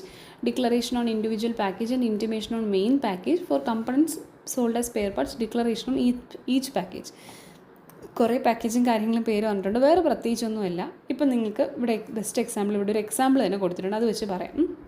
ഇപ്പോൾ നമ്മളൊരു സാധനം മേടിച്ചു, ആ പാക്കേജിനകത്ത് കുറേ സാധനങ്ങളുണ്ട്, മൾട്ടിപ്പിൾ സാധനങ്ങളുണ്ട്. ഓക്കെ, അപ്പോൾ ഒന്നിൽ കൂടുതൽ സാധനങ്ങളുണ്ടെങ്കിൽ നമ്മൾ ഇപ്പോൾ ഈ ഒരു ബോക്സിനകത്താണ് ഈ എന്തൊക്കെയോ കുറേ സാധനം വന്നത്. അപ്പോൾ അതിനകത്ത് എന്തൊക്കെയുണ്ടെന്നുള്ളത് ഇതിൻ്റെ പുറത്തുള്ളൊരു ലേബലിൽ ഇത് കൊടുത്തേക്കണം. ഇപ്പോൾ അതർ ഡിക്ലറേഷൻസ് പറഞ്ഞിട്ട് എന്തൊക്കെ ഉണ്ടെന്നുള്ളത് ഇതിനകത്ത് കൊടുത്തിട്ടുണ്ടാവണം. ഓക്കെ, അത് ഫൈൻ. ഇനി ഇതിനകത്ത് നമ്മൾ ഈ ഓരോ സാധനമായിട്ട് എടുക്കില്ല. ഇപ്പോൾ അതിനൊരു എക്സാമ്പിളാണ് ഇവിടെ പറഞ്ഞിട്ടുള്ളത്. വേറൊരു എക്സാമ്പിൾ, ഒരു ഹെഡ്ഫോൺസ് നിങ്ങൾ മേടിച്ചു. അപ്പോൾ ഈ പാക്കേജിൻ്റെ കണ്ടൻറ്റിൽ ഇവിടെ എന്തൊക്കെയായിട്ട് ഹെഡ്ഫോൺ ഉണ്ട്, ഒരെണ്ണം, ചാർജിങ് കേബിളുണ്ട്, യൂസർ മാനുവൽ, വാറണ്ടി കാർഡ്, ഇത്രയുണ്ട്. അപ്പോൾ ഇതിനകത്ത് നിങ്ങൾ ഓരോ പെട്ടിയായിട്ട് എടുക്കും അല്ലേ. അപ്പോൾ വാറണ്ടി കാർഡ് ഇതായുണ്ട്, അത് യൂസർ മാനുവലുണ്ട്, ചാർജിങ് കേബിളുണ്ട്. അപ്പോൾ ഇതൊക്കെ ഓരോ പാക്കറ്റിനകത്തായിരിക്കും. അപ്പോൾ ഈ ഓരോ ഇൻഡിവിജ്വൽ സാധനത്തിൻ്റെ കാര്യം അതാത് പാക്കറ്റിനകത്തും കൊടുത്തിരിക്കണം. പിന്നെ ഈ എന്തൊക്കെ സാധനം ഉണ്ടെന്നുള്ളത് പുറമേയുള്ള പാക്കറ്റിലും കൊടുത്തിരിക്കുന്നത്. ഇത് ജസ്റ്റ് ഒരു കോമൺ സെൻസ് മാത്രമാണ്, ആ ഒരു കാര്യമാണ് അവർ ഈ ഒരു റൂളിൽ പറഞ്ഞിട്ടുള്ളത്. അതായത് ഏതൊക്കെ സാധനങ്ങളുണ്ട് വ്യക്തമായിട്ടെല്ലാം ഉണ്ടാവണം. അതിൽ സൈസ്, മാനുഫാക്ചറിങ് ഡേറ്റ്, പ്രൈസ്, എല്ലാ കാര്യങ്ങളും അതിൽ വരണം. ഇത് ലാസ്റ്റ് ഡിക്ലറേഷനാണ് റൂൾ 6ൻ്റെത്. Pre printed packaging material not used within printed month use in succeeding month and not after. Okay, ഇപ്പം നമുക്കറിയാം, ഇപ്പോൾ ബിസ്ക്കറ്റിൻ്റെ കേസൊക്കെ എടുത്തു കഴിഞ്ഞാൽ ഇതിൻ്റെ പുറത്തൊരു ഇപ്പോൾ നിങ്ങൾക്കൊരു പ്ലാസ്റ്റിക്കിൻ്റെ ഒരു കവർ കാണാൻ പറ്റും അല്ലേ. അപ്പോൾ അതിലായിരിക്കും ഒരു മാനുഫാക്ചേർഡ് ബൈ അല്ലെങ്കിൽ മാനുഫാക്ചറിങ് ഡേറ്റ് ഒക്കെ ഇട്ടിട്ടുണ്ടാവും. 16th August എന്ന് പറഞ്ഞിട്ടൊക്കെ 2026 എന്ന് പറഞ്ഞ് അവർ അച്ചടിക്കും. അപ്പോൾ ഇത് പ്രത്യേകമായിരിക്കും. ഇവർ ഈ ബിസ്ക്കറ്റ് ഉണ്ടാക്കുന്ന സമയത്ത് അതിന് മുന്നേ ചിലപ്പോൾ ഇവരെന്ത് ചെയ്യും, ഒരു ഇത്ര പ്രൊഡക്ഷൻ നടക്കുമെന്ന് പറഞ്ഞിട്ട് അതിന് വേണ്ടിയിട്ടുള്ള പ്ലാസ്റ്റിക് കവർ ഓൾറെഡി അവർ സെറ്റ് ചെയ്ത് വെച്ചിട്ടുണ്ടാവും അല്ലേ. കാരണം ഇത് ഉണ്ടാക്കി ഉടനെ പാക്ക് ചെയ്യാൻ വേണ്ടിയിട്ട്. അപ്പോൾ ചില സമയങ്ങളിൽ ഇത് ചിലപ്പോൾ യൂസ് ചെയ്ത് തീർന്നിട്ടുണ്ടാവില്ല. അതായത് ഇപ്പോൾ ഞാൻ ഈ ഓഗസ്റ്റ് മാസം, ഇപ്പോൾ ഓഗസ്റ്റ് 2026 ആണ്. അപ്പോൾ ഈ മാസത്തേക്ക് വേണ്ടിയിട്ട് ഞാനൊരു 1000 യൂണിറ്റ് എന്ത് ചെയ്തിട്ടുണ്ട്, പാക്കേജുകൾ ഉണ്ടാക്കി വെച്ചിട്ടുണ്ട്. അപ്പോൾ അതിൽ ഓൾറെഡി പ്രിൻറ്റ് ചെയ്തിട്ടുണ്ട് manufactured on August 2026, use before, അടുത്ത വർഷം ഓഗസ്റ്റ് 2026 എന്ന് പറഞ്ഞ് എഴുതിയിട്ടുണ്ട്. പക്ഷേ എനിക്ക് എന്ത് ചെയ്തു, പ്രൊഡക്ഷൻ ഇത്തവണ ചില പ്രശ്നങ്ങൾ കാരണം കുറച്ച് ദിവസം നടന്നില്ല, അപ്പോൾ 800 യൂണിറ്റ് പ്രൊഡ്യൂസ് ചെയ്തുള്ളൂ. അപ്പം ബാക്കി എന്ത് ചെയ്തു, 200 യൂണിറ്റ് പെൻഡിങ് വന്നു. കുഴപ്പമില്ല, നമുക്ക് അടുത്ത മാസം ഉണ്ടാക്കുന്നതിൽ ഉപയോഗിക്കാം എന്നാണ് അവർ പറയുന്നത്. If exhausted early next month packaging material. Okay, അപ്പോൾ യൂസ് ഇൻ സക്സീഡിങ് മന്ത്, തൊട്ടടുത്ത മാസം ഉണ്ടാക്കുന്നതിൽ നിങ്ങൾക്ക് യൂസ് ചെയ്യാം. പക്ഷേ അത് കഴിഞ്ഞുള്ള മാസങ്ങൾ, അതായത് സെപ്റ്റംബറിൽ ഉണ്ടാക്കുന്ന പ്രോഡക്റ്റിൽ എനിക്കിത് പാക്ക് ചെയ്ത് കൊടുക്കാം എന്നാണ് അവർ പറയുന്നത്. പക്ഷേ ഒക്ടോബർ ആയിക്കഴിഞ്ഞാൽ പിന്നെ എന്ത് ചെയ്യാൻ പാടില്ല, ഈ പാക്കേജ് യൂസ് ചെയ്യാൻ പാടില്ല, നിങ്ങൾ കളഞ്ഞേ പറ്റത്തുള്ളൂ. ഇനി ചില സമയങ്ങളിൽ പ്രൊഡക്ഷൻ ഉദ്ദേശിച്ചതിനേക്കാളും കൂടുതൽ പോയി. അപ്പോൾ 1000 യൂണിറ്റ്സ് ഓഗസ്റ്റ് പകുതി ആയപ്പോഴെന്ത് ചെയ്തു, ഓഗസ്റ്റ് മിഡ് ആയപ്പോഴേ തീർന്നു പോയി. അപ്പോൾ എനിക്ക് എന്ത് വേണം, ഇനി ബാക്കി വേണം. അപ്പം നമ്മൾ എന്ത് ചെയ്യും, ഞാൻ ഓൾറെഡി സെപ്റ്റംബറിന് വേണ്ടിയിട്ടും എന്ത് ചെയ്തു, പാക്കേജസ് പ്രിൻ്റ് എടുത്ത് വെച്ചിട്ടുണ്ട്, മെറ്റീരിയൽ പ്രിൻ്റ് എടുത്ത് വെച്ചിട്ടുണ്ട്. അപ്പോൾ എന്ത് ചെയ്യാം, എനിക്ക് ഈ സാധനം തന്നെ എന്ത് ചെയ്യാം, ഈ ജൂണിൽ ഇത് സെപ്റ്റംബറിലത് തന്നെ എനിക്ക് എന്ത് ചെയ്യാം, ഈ ബാക്കി വന്ന യൂണിറ്റ്സ്, അതായത് ഇപ്പം എനിക്ക് ബാക്കി ഇനി 5 ദിവസം പെൻഡിങ് ഉണ്ട്. അപ്പോൾ 5 ദിവസമല്ല 15 ദിവസം ഇനിയും പെൻഡിങ് ഉണ്ട്. അപ്പോൾ ഈ 15 ദിവസം ഞാൻ പ്രൊഡക്ഷൻ ചെയ്യുമല്ലോ. അപ്പോൾ അതിൻ്റെയൊക്കെ പാക്കേജിങ്ങിൽ ഏതായിരിക്കും നമ്മൾ യൂസ് ചെയ്യുന്നത്, സെപ്റ്റംബറിൻ്റെ പാക്കേജിങ് എടുത്തങ്ങ് യൂസ് ചെയ്യും, കുഴപ്പമൊന്നും ഇല്ല എന്നാണ് അവർ പറഞ്ഞത്. അതായത് 1 മന്തിൻ്റെ ഒരു ഗ്യാപ്പ് അവിടെ അങ്ങോട്ടും ഇങ്ങോട്ടും നമുക്ക് കൊടുക്കുന്നതിന് പ്രശ്നം ഇല്ല. നേരത്തെ തീർന്നു പോയാലും ഇനി ബാക്കി വന്നാലും നമുക്ക് അങ്ങനെ ചെയ്യാം. പക്ഷേ ഇത് ഒരു എക്സെപ്ഷൻ ഉണ്ട്, ഫുഡ് പ്രോഡക്ട്സിൻ്റെ കേസിൽ നമ്മളിത് അപ്ലൈ ചെയ്യുന്നില്ല. കാരണം ഇതിന് ഈ എക്സ്പയറി ഡേറ്റ് എന്ന് പറഞ്ഞാൽ ചിലതൊക്കെ 90 ദിവസമൊക്കെ വരുന്നുള്ളൂ. അപ്പോൾ നമുക്ക് ഇങ്ങനൊരു വലിയൊരു ഗ്യാപ്പ് ഇട്ട് നമുക്ക് ചെയ്യാനായിട്ട് പറ്റില്ല. അപ്പോൾ അതുകൊണ്ട് തന്നെ ഫുഡ് പ്രോഡക്ട്സിൻ്റെ കേസിൽ ഇങ്ങനത്തെ ഒരു ഹാൻഡ്ലിംഗ് ഇല്ല, പെരിഷബിൾ ഐറ്റംസിലില്ല. ഈ ഒരുപാട് കാലം ഇരിക്കുന്ന സാധനങ്ങളൊക്കെയാണ് ചീത്തയായി പോകുന്നത്. ഫുഡ് അല്ലാത്തതിനൊക്കെയാണ് നമ്മളിത് എന്ത് ചെയ്യുന്നത്, യൂസ് ചെയ്ത്. ഇപ്പോൾ നേരത്തെ കണ്ടില്ല, ഹെഡ്ഫോൺസ് അല്ലെങ്കിൽ ഒരു ബുക്ക് അല്ലെങ്കിൽ ഒരു അപ്ലയൻസ്, അതിനൊക്കെയാണ് നമ്മൾ എന്ത് ചെയ്യുന്നത്, ഈ ഒരു രീതിയിൽ കാര്യങ്ങൾ ചെയ്യുന്നത്. ഓക്കെ, അപ്പോൾ ഇത്രയും കാര്യങ്ങളാണ് നമ്മൾ റൂൾ 6 വരുന്ന കുറേ ഡിക്ലറേഷൻസ്. അപ്പോൾ എന്തൊക്കെയാണ് നമ്മളൊരു പാക്കേജിങ്ങിൽ കാണിക്കേണ്ടതെന്നുള്ള എല്ലാ ഡീറ്റെയിൽസും നമ്മളിവിടെ പറഞ്ഞിട്ടുണ്ട്. അപ്പോൾ ഇനി നമ്മൾ ചെയ്യാൻ പോകുന്നത് എന്താണ്, ഇതിനകത്ത് കുറച്ച് ക്വസ്റ്റ്യൻസ് നിങ്ങൾക്ക് ചെയ്തു നോക്കാനായിട്ട് കൊണ്ടുവന്നിട്ടുണ്ട്. അപ്പോൾ IMCQs ചെയ്തു നോക്കാം. ആദ്യത്തെ question, legal metrology packaged commodities rules 2011 പ്രകാരം എല്ലാ പാക്കേജുകളിലും വ്യക്തമായി കാണാവുന്നതുമായ പ്രഖ്യാപനങ്ങൾ രേഖപ്പെടുത്തേണ്ടത് ഏത് റൂൾ പ്രകാരമാണ്? റൂൾ 6. അതിൽ പ്രത്യേകിച്ച് ഡൗട്ടൊന്നുമില്ല, നമ്മൾ പഠിച്ചതേ ഉള്ളൂ അല്ലേ, റൂൾ 6. അടുത്തത്, മാനുഫാക്ചറും പാക്കറും വ്യത്യസ്തരാണെങ്കിൽ പാക്കേജിൽ രേഖപ്പെടുത്തേണ്ടത് ആരൊക്കെയാണ്? നമുക്കറിയാമല്ലേ, മാനുഫാക്ചറും പാക്കറും രണ്ടും സെപ്പറേറ്റ് ആയിട്ട് തന്നെ കൊടുക്കണമല്ലേ. അപ്പോൾ അതെന്താണ്, മാനുഫാക്ചറിൻ്റെ പേര് മാത്രമാണോ? അല്ല. പാക്കറിൻ്റെ പേര് മാത്രം അല്ല, മാനുഫാക്ചറും പാക്കറിനും പേരും മേൽവിലാസവും കൊടുക്കണം അല്ലേ, ബ്രാൻഡ് ഓണറിൻ്റെ വിലാസം അല്ല. ഇതാണ് കറക്റ്റ്. അടുത്തത്, ഇമ്പോർട്ടഡ് പാക്കേജിൻ്റെ കാര്യത്തിൽ ഡിക്ലറേഷൻ, ഈ ഡിക്ലറേഷൻ ഒന്നൊന്നും നിങ്ങൾ നോക്കണ്ട. മാനുഫാക്ചറിങ്, പാക്കേജിങ്, ഇമ്പോർട്ടർ, ഇവരുടെ ഡീറ്റെയിൽസ് ഉണ്ടല്ലോ, ഇത് പ്രകാരം നിർബന്ധമായും എന്തൊക്കെ നമ്മൾ രേഖപ്പെടുത്തണം? എക്സ്പോർട്ടറിൻ്റെ പേരാണോ? ഇമ്പോർട്ടഡ് പാക്കേജാണ്. ഇമ്പോർട്ടർ എന്ന് പറയുമ്പോൾ പുറത്തേക്ക് പോകാനുള്ളതാണ് അല്ലേ. അല്ല, ഇമ്പോർട്ടർ എന്ന് പറയുമ്പം ഇമ്പോർട്ടഡ് ഇങ്ങോട്ട് വരുന്നതാണ്. എക്സ്പോർട്ടല്ല നമ്മൾ പുറത്തേക്ക് വന്നത്. ഇപ്പോൾ ഇമ്പോർട്ടഡ് പാക്കേജ് എന്ന് പറയുമ്പോൾ നമ്മുടെ രാജ്യത്തേക്ക് വരുന്നത്. അപ്പോൾ നമുക്കും ആക്ച്വലി എന്ത് ചെയ്യാം, നമ്മൾ എക്സ്പോർട്ട് ചെയ്യുന്ന ഒരു സാധനം വേറൊരു രാജ്യത്ത് ഇമ്പോർട്ടഡ് ആയിട്ട് എത്തുകയും ചെയ്യും. അപ്പോൾ നമ്മളോട് എക്സ്പോർട്ടറിൻ്റെ പേരാണോ? അല്ല. ഡീലറിൻ്റെ പേരാണോ? അല്ല. ഇമ്പോർട്ടറിൻ്റെ പേരും വിലാസമാണ്. ഇമ്പോർട്ടഡ് പാക്കേജ് ആകുമ്പോൾ ആരാണ് ഇമ്പോർട്ട് ചെയ്തതെന്നുള്ളത്, ഏത് രാജ്യത്തിൽ നിന്ന് വന്നു എന്നുള്ളതൊക്കെ നമുക്ക് അറിയണ്ടേ. പലപ്പോഴും നമ്മൾ ചില സാധനങ്ങൾ ഗൾഫിൽ നിന്നൊക്കെ കൊണ്ടുവരുമ്പോഴത്തേക്ക് അത് എഴുതിയിട്ടുണ്ടാവും അല്ലേ, മെയ്ഡ് ഇൻ ഇന്ത്യ എന്നും മെയ്ഡ് ഇൻ ചൈന എന്നൊക്കെ എഴുതിയിട്ടുണ്ടാവും. തിരിച്ച് നമ്മുടെ നാട്ടിൽ തന്നെ വരും അല്ലേ. ഇവിടെ നിന്ന് ഉണ്ടാക്കി വേറെ രാജ്യത്ത് പോയിട്ട് അവിടെ നിന്ന് നമ്മൾ തിരിച്ച് മേടിച്ച് ഇങ്ങോട്ട് കൊണ്ടുവരുന്നതും കാണാറുണ്ട് അല്ലേ. അപ്പോൾ ഇമ്പോർട്ടറിൻ്റെ പേരാണ് ആവശ്യമായിട്ട് വരുന്നത്. ഒരു ഗിഫ്റ്റ് പാക്കിൽ ചോക്ലേറ്റ് ഉണ്ട്, കോഫി ഉണ്ട്, മഗ് എന്നിവ ഉൾപ്പെട്ടിരിക്കുന്നു. റൂൾ 6 പ്രകാരം ശരിയായ പ്രഖ്യാപനം ഏത്? ആകെ ഭാരം മാത്രമാണോ കൊടുക്കേണ്ടത്? അല്ല. ഗിഫ്റ്റ് പാക്ക് എന്ന് മാത്രം രേഖപ്പെടുത്തുക? അല്ല, തെറ്റാണ്. ഓരോ ഉൽപ്പന്നത്തിൻ്റെയും പേരും അളവും രേഖപ്പെടുത്തണം. ഇതാണ് കറക്റ്റ് അല്ലേ. നമ്മളിപ്പോൾ ഇനി ജസ്റ്റ് കോമൺ സെൻസ് ഉപയോഗിച്ചാൽ നമ്മളെ കൊണ്ട് ആൻസർ ചെയ്യാൻ പറ്റും. MRP മാത്രം രേഖപ്പെടുത്തിയാൽ മതിയോ? പറ്റില്ല. താഴെ പറയുന്ന പ്രസ്താവനകളൊന്ന് പരിശോധിക്കാനാണ്. ഇമ്പോർട്ടഡ് പാക്കേജിൽ ഇമ്പോർട്ടറിൻ്റെ പേരും വിലാസവും രേഖപ്പെടുത്തണം. അതെ, ശരിയാണ് അല്ലേ, അത് ഇമ്പോർട്ടൻ്റ് ആണ്, നമ്മളത് മാർക്ക് ചെയ്യണം. മാനുഫാക്ചറും പാക്കറും വ്യത്യസ്തരാണെങ്കിൽ മാനുഫാക്ചറിൻ്റെ വിവരങ്ങൾ മാത്രം രേഖപ്പെടുത്തുക. അല്ല, പാക്കറും രേഖപ്പെടുത്തണ്ടേ. അപ്പോൾ 2 തെറ്റാണ്. അപ്പോൾ 1 ശരി 2 തെറ്റ്. 2 തെറ്റാകുമ്പോൾ ഇതും വരത്തില്ല അല്ലേ. 1 ശരി, ഇതിൽ 2ലും 1 ഉണ്ട്. അപ്പോൾ ഇനി 3 എന്തായാലും നമുക്ക് നോക്കണം അല്ലേ. മാനുഫാക്ചറും പാക്കറും വ്യത്യസ്തരാണെങ്കിൽ 2 പേരുടെ വിവരങ്ങൾ നമ്മൾ എന്ത് ചെയ്യണം? രേഖപ്പെടുത്തണം. ശരിയാണ്. അപ്പോൾ 1ഉം 3ഉം ശരിയാണ്. അപ്പോൾ 1 മാത്രം വരില്ല. ഇതാണ് കറക്റ്റായിട്ടുള്ള ആൻസർ എന്ന് പറയുന്നത്. ഓപ്ഷൻ സി വരും. ഓക്കെ, താഴെ പറയുന്നവരിൽ ഡിക്ലറേഷൻ 4, ഈ ഡിക്ലറേഷൻ 4 പറയണ്ട. ഡിക്ലറേഷൻ 4 എന്ന് പറയുന്നത്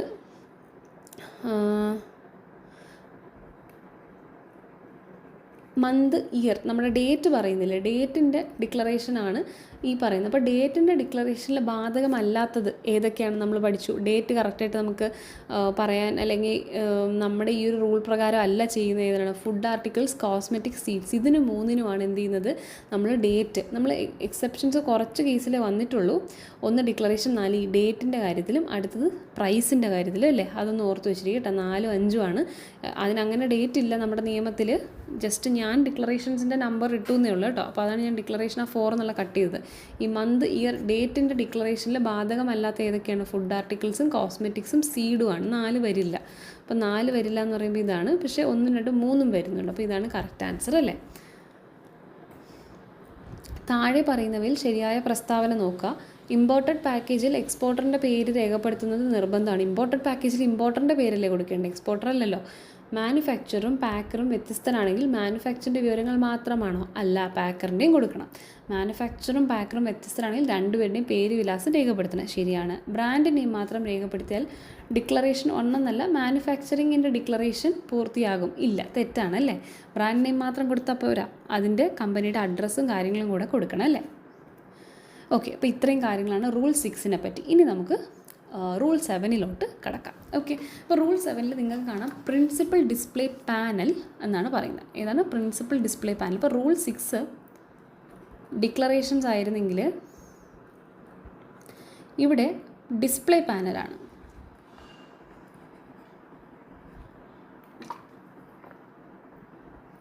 ഓക്കെ, അപ്പോൾ ഈ ഡിസ്പ്ലേ പാനലിൽ മെയിനായിട്ടും കുറച്ച് സൈസും കാര്യങ്ങളൊക്കെയാണ് പറയുന്നത്. അത് നമുക്ക് വേഗം ഒന്ന് തീർക്കാനുള്ളൂ. അപ്പോൾ നമുക്ക് ജസ്റ്റ് ഒന്ന് കാണിച്ചു തരാം. ഇത്രയേ ഉള്ളൂ, ഒരു 4 സ്ലൈഡേ ഉള്ളൂ. നമുക്ക് പെട്ടെന്ന് തീർക്കാൻ പറ്റും. കുറച്ച് നമ്പേഴ്സ് ഒന്ന് ഓർത്ത് വയ്ക്കണം. അതായത് ഡിസ്പ്ലേ പാനൽ, നമ്മൾ കുറേ ഡിക്ലറേഷൻസ് ഒക്കെ എഴുതും. അപ്പോൾ ഇത് ഡിസ്പ്ലേ ചെയ്യുന്ന ഒരു സൈഡ് ഉണ്ടല്ലോ, അതാണ് ഡിസ്പ്ലേ പാനൽ കൊണ്ട് ഉദ്ദേശിക്കുന്നത്. ഈ ഡിസ്പ്ലേ പാനലിലാണ് നമ്മൾ നേരത്തെ പറഞ്ഞ എല്ലാ ഡിക്ലറേഷൻസും എഴുതി അല്ലെങ്കിൽ പ്രദർശിപ്പിച്ച് കാണിക്കുന്നത്.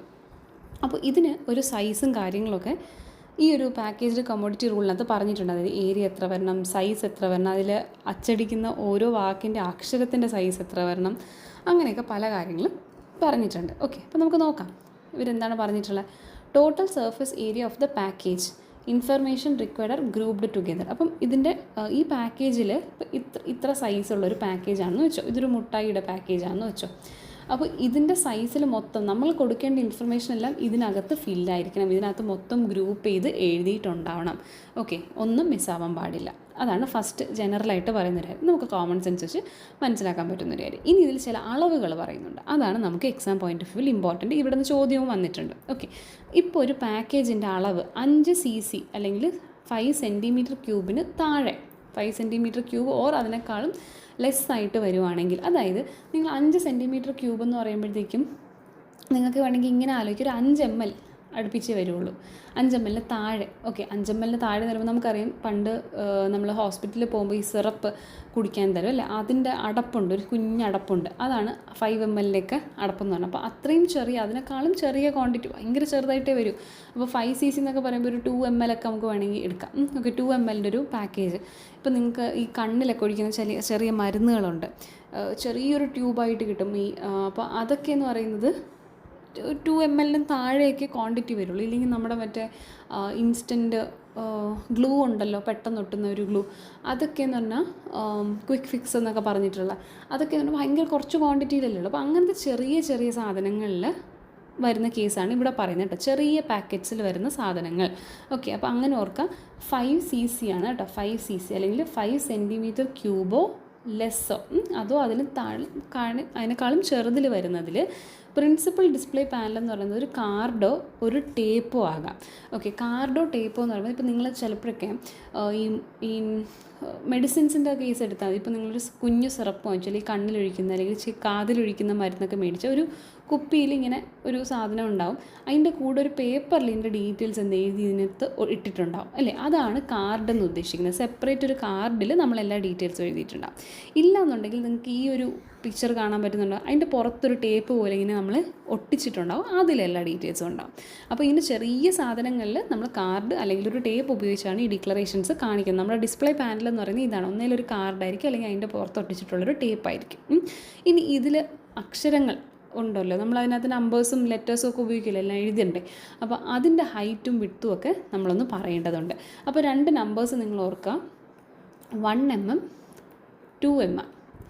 അതായത് സാധാരണ ലെറ്റേഴ്സിൻ്റെ ഇതിനകത്ത് പ്രിൻ്റ് ചെയ്യുന്ന സാധനങ്ങളുടെ ഹൈറ്റ് എന്ന് പറയുന്നത് 1 mm ഏറ്റവും കുറഞ്ഞത് 1 mm ആവാം, അതിന് കൂടുതലാവും. 1 mm താഴെ ആവരുത്, തീരെ വിസിബിലിറ്റി കുറവായിരിക്കും. അപ്പോൾ ഹൈറ്റ് ഓഫ് ലെറ്റേഴ്സ് എന്ന് പറഞ്ഞാൽ 1 mm ആണ് പറയുന്നുണ്ടോ. അപ്പോൾ ഈ ടൈപ്പ് ചെയ്യുന്ന ഈ ഒരു ഹൈറ്റ് എന്ന് പറയുന്നത്, ഇത്രയെന്ന് പറഞ്ഞാൽ ഈ ഹൈറ്റ് എന്ന് പറയുന്നത് 1 mm വരാൻ പാടുള്ളൂ. ഇനി ചിലപ്പോൾ കുറച്ച് ഡിസൈൻഡായിട്ട്, കുറച്ച് എംബോസ്ഡ് ആയിട്ട് ഇങ്ങനെ ഈ തള്ളി നിൽക്കുന്ന രീതിയിലൊക്കെയോ അല്ലെങ്കിൽ ചെറിയൊരു രീതിയിൽ ഒരു സാധാരണ നമ്മൾ പ്രിൻ്റ് ചെയ്യുന്നതിനേക്കാളും വ്യത്യസ്തമായിട്ട് കുറച്ച് ഡിഫറെൻ്റ് ആയിട്ടാണ് ചെയ്യുന്നതെങ്കിൽ ഈ 1 mm എന്നുള്ള സൈസ് മാറി 2 mm വരെ നമുക്ക് പോവാം. ഓക്കെ, 2 mm താഴോട്ട് പോകാൻ പാടില്ല.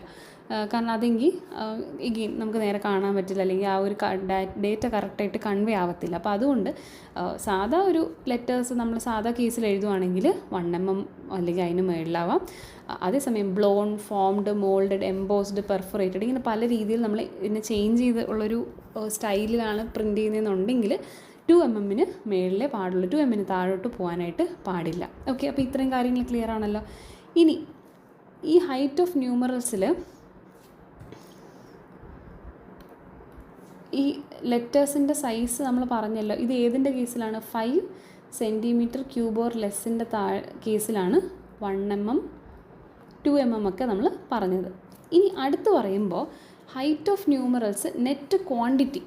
ഓക്കെ, നെറ്റ് ക്വാണ്ടിറ്റി എന്ന് പറയുമ്പോൾ നമ്മളിപ്പോൾ 5 cm³ താഴെയുള്ളതിൻ്റെ കേസാണ് ഇത് പറഞ്ഞത്. ഓക്കെ, ഇനി വെയിറ്റ് വെച്ച് നോക്കുമ്പോൾ, വെയിറ്റ് അല്ലെങ്കിൽ വോള്യൂം വെച്ച് നോക്കുമ്പോൾ 200, 500 എന്നൊരു റേഞ്ച് നിങ്ങൾ ഓർക്കുക. അപ്പോൾ 200 ഗ്രാം ആകാം, 200 ml ആവാം, അല്ലെങ്കിൽ 500 ഗ്രാം ആവാം, 500 ml ആവാം. ഓക്കെ, അപ്പോൾ ഇതിൻ്റെ താഴോട്ടും മേളിലോട്ടും സൈസ് വരില്ലേ. 200 ഗ്രാമിന് താഴെ വരാം, 500 ഗ്രാമിന് മേളിൽ വരാം, അല്ലെങ്കിൽ ഇതിൻ്റെ ഇടയിൽ വരാം, അല്ലേ. അപ്പോൾ ഈ ഒരു റീജിയൻ 200-ന് താഴെയോട്ട് വരുന്ന എല്ലാ കേസിലും 1 mm ആണ് നമ്മുടെ ഹൈറ്റ് എന്ന് പറഞ്ഞാൽ, അക്ഷരങ്ങളുടെ ഹൈറ്റ് എന്ന് പറഞ്ഞാൽ 1 mm ആണ്. ഇനി അത് നമ്മൾ ഏത് കേസാണ് പറഞ്ഞാൽ നോർമലി എഴുതുന്ന പോലെ. ഇനി അല്ല, അതിലെന്തെങ്കിലും ഒരു സ്റ്റൈലിഷ് ആക്കി എംബോസ് ചെയ്തു, മോൾഡ് ചെയ്തു, പെർഫറേറ്റ് ചെയ്തു, അങ്ങനെയൊക്കെ പറഞ്ഞ് നമ്മൾ പഠിച്ചില്ലേ, അത് വരുമ്പോഴത്തേക്കും നേരത്തെ പറഞ്ഞ പോലെ 2 mm. നമ്മുടെ ഇതെന്ന് പറഞ്ഞാൽ സെയിം മറ്റേ 5cc കേസാണ്. ഇനി 200-നും 500-നും ഇടയ്ക്ക് വരുവാണെങ്കിലോ എന്താ വ്യത്യാസം? ഈ 1 എന്നുള്ളത് 2 mm ആവും, ഈ 2 എന്നുള്ളത് 4 mm ആവും. ഇനി ഇവിടെ നിന്ന് 500-ന് മേളിലോട്ടുള്ള കപ്പാസിറ്റിയുള്ള സാധനങ്ങളിൽ നമ്മൾ ടൈപ്പ് ചെയ്യുമ്പോൾ എത്ര വരണം? Minimum 4 mm. ഈ 2 എന്നുള്ളത് 4-ലോട്ട് മാറും, 4 എന്നുള്ളത് 6-ലോട്ട് മാറും. ഇതാണ് ഇവിടെ കൊടുത്തിട്ടുള്ളത്. ഓക്കെ, 1-നും 2 എന്തായിട്ട് മാറും? 2-ഉം 4-ഉം ആയിട്ട് മാറും. 2 എന്നുള്ളത് 4 മാറും, 4 എന്നുള്ളത് 6 ആവും.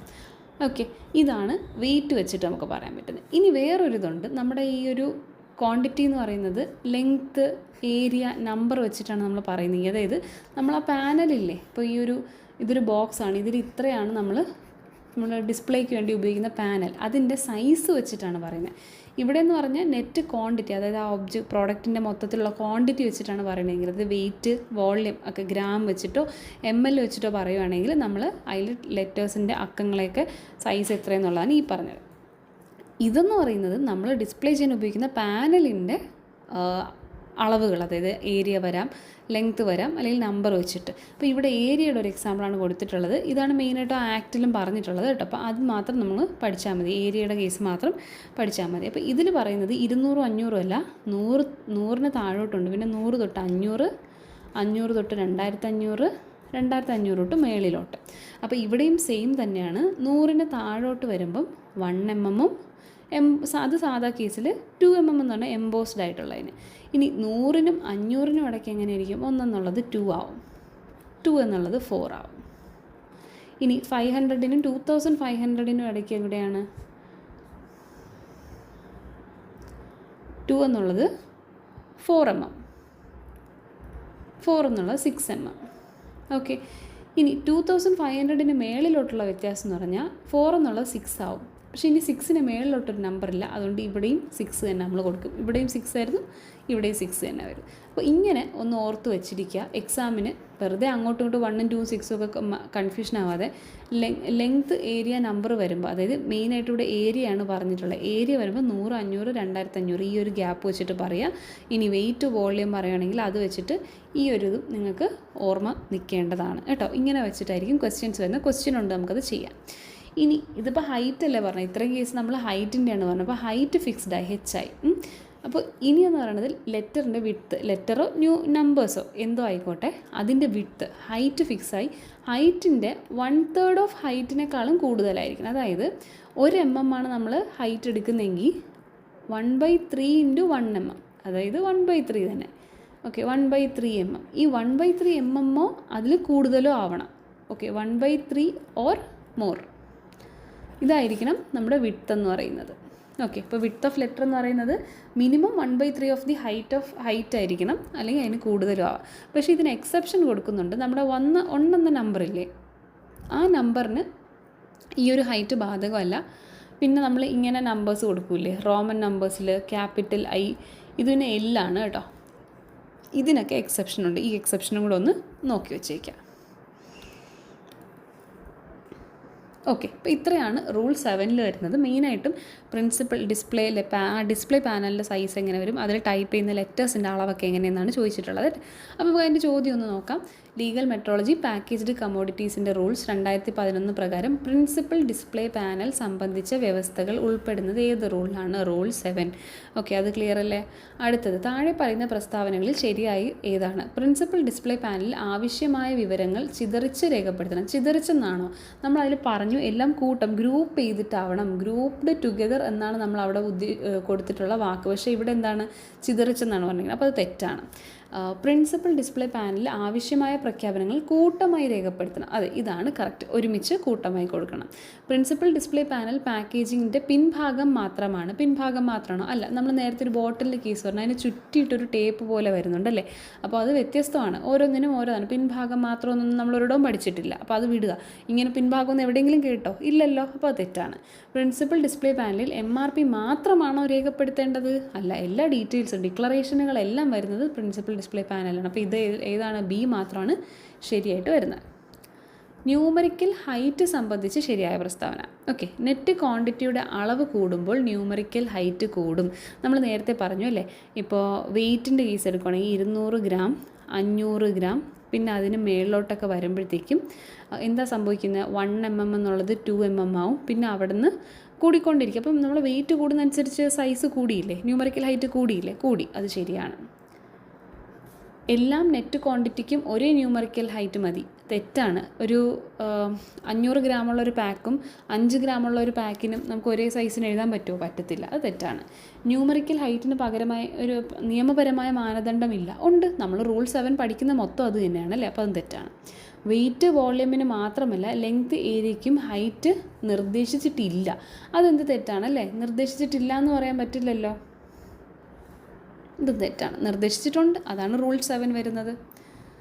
അടുത്ത ക്വസ്റ്റ്യൻ, താഴെ പറയുന്നവയിൽ ശരിയായ പ്രസ്താവന ഏത്? 650 ഗ്രാം പാക്കറ്റിൽ net quantity numerical height 1 mm മതിയാകും. അതേസമയം 650 ഗ്രാം പാക്കറ്റിൽ നെറ്റ് ക്വാണ്ടിറ്റി ന്യൂമറിക്കൽ ഹൈറ്റ് കുറഞ്ഞത് 4 mm ആയിരിക്കും. ഇപ്പോൾ ഇവിടെ തന്നെ ഒരേ സ്റ്റേറ്റ്മെൻറ്റിൽ ജസ്റ്റ് ഈ ഒരു വാല്യൂ മാത്രം മാറ്റി തന്നിരിക്കണം. അപ്പോൾ ഇത് രണ്ടും ഒരേ സമയം ശരിയാവോ? ഇല്ല. അപ്പോൾ ഇതിൽ ഏത് പറഞ്ഞാണ് കറക്റ്റ്? 650 ഗ്രാം നമുക്കറിയാം, 200 ഗ്രാം, 500 ഗ്രാം, അതിന് കൂടുതലും കുറവും വരും. അപ്പോൾ ഇവിടെ വരുമ്പം 1 mm 2 mm ആയിരുന്നു. 200-നും 500-നും ഇടയ്ക്ക് വരുമ്പം 2 mm 4 mm.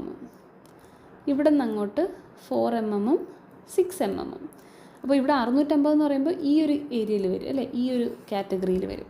അപ്പോൾ അത് 4 mm അല്ലേ? കറക്റ്റാണ്. അപ്പോൾ ഇതാണ് കറക്റ്റായിട്ടുള്ളത്. ഇത് തെറ്റാണ് അല്ലേ. അപ്പോൾ ശരിയായ പ്രസ്താവനയാണ് ചോദിച്ചിട്ടുള്ളത്. അപ്പോൾ ഇത് കറക്റ്റാണ് അല്ലേ.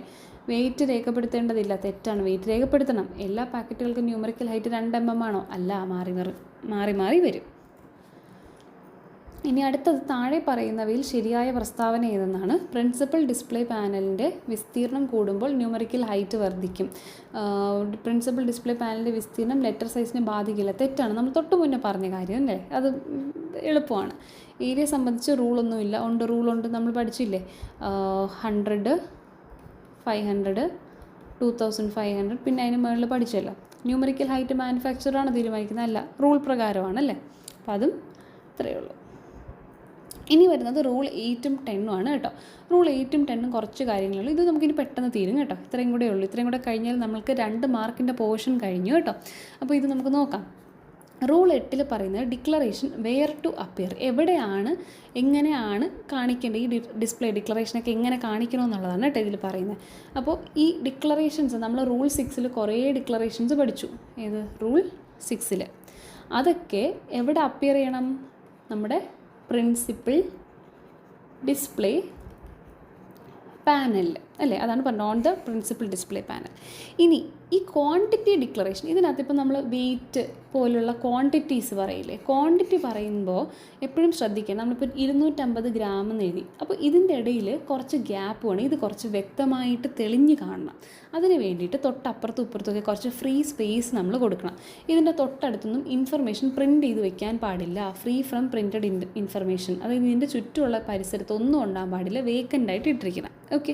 പിന്നെ ഒരു കാര്യം, ഹൊറിസോണ്ടൽ സ്പേസിങ് വെർട്ടിക്കൽ സ്പേസിങ്ങിനേക്കാളും കൂടുതലായിരിക്കണം. അതായത് ഹൊറിസോണ്ടൽ സ്പേസിങ്, ഈ ഒരു സ്പേസിംഗ് എന്ന് പറഞ്ഞാൽ കൂടുതലായിരിക്കണം വെർട്ടിക്കൽ സ്പേസിങ്ങിനേക്കാളും കേട്ടോ. ഹൊറിസോണ്ടൽ സ്പേസിങ് ഇമ്പോർട്ടൻ്റ് ആണ്, ഹൊറിസോണ്ടലാണ് കൂടുതലായിട്ട് വരുന്നത്, വെർട്ടിക്കൽ കുറവായിരിക്കും കേട്ടോ, അത് ഓർത്ത് വയ്ക്കാം. പിന്നെ ഇത് എക്സാമിന് ചോദിച്ചിട്ടുള്ളതാണ്. നമ്മളിപ്പോൾ 250 ഗ്രാം എന്ന് ഇവിടെ എഴുതിയില്ലേ, അപ്പോൾ ഇതിൻ്റെ മേളിലും താഴെ നമ്മൾ കുറച്ച് സ്പേസ് ഇടും, ലെഫ്റ്റിലും റൈറ്റിലും കുറച്ച് സ്പേസ് വിടും, അത് നമ്മൾ നോട്ട് ചെയ്യണം. ഓക്കെ, അത് എത്രയാണെന്ന് പറയാം.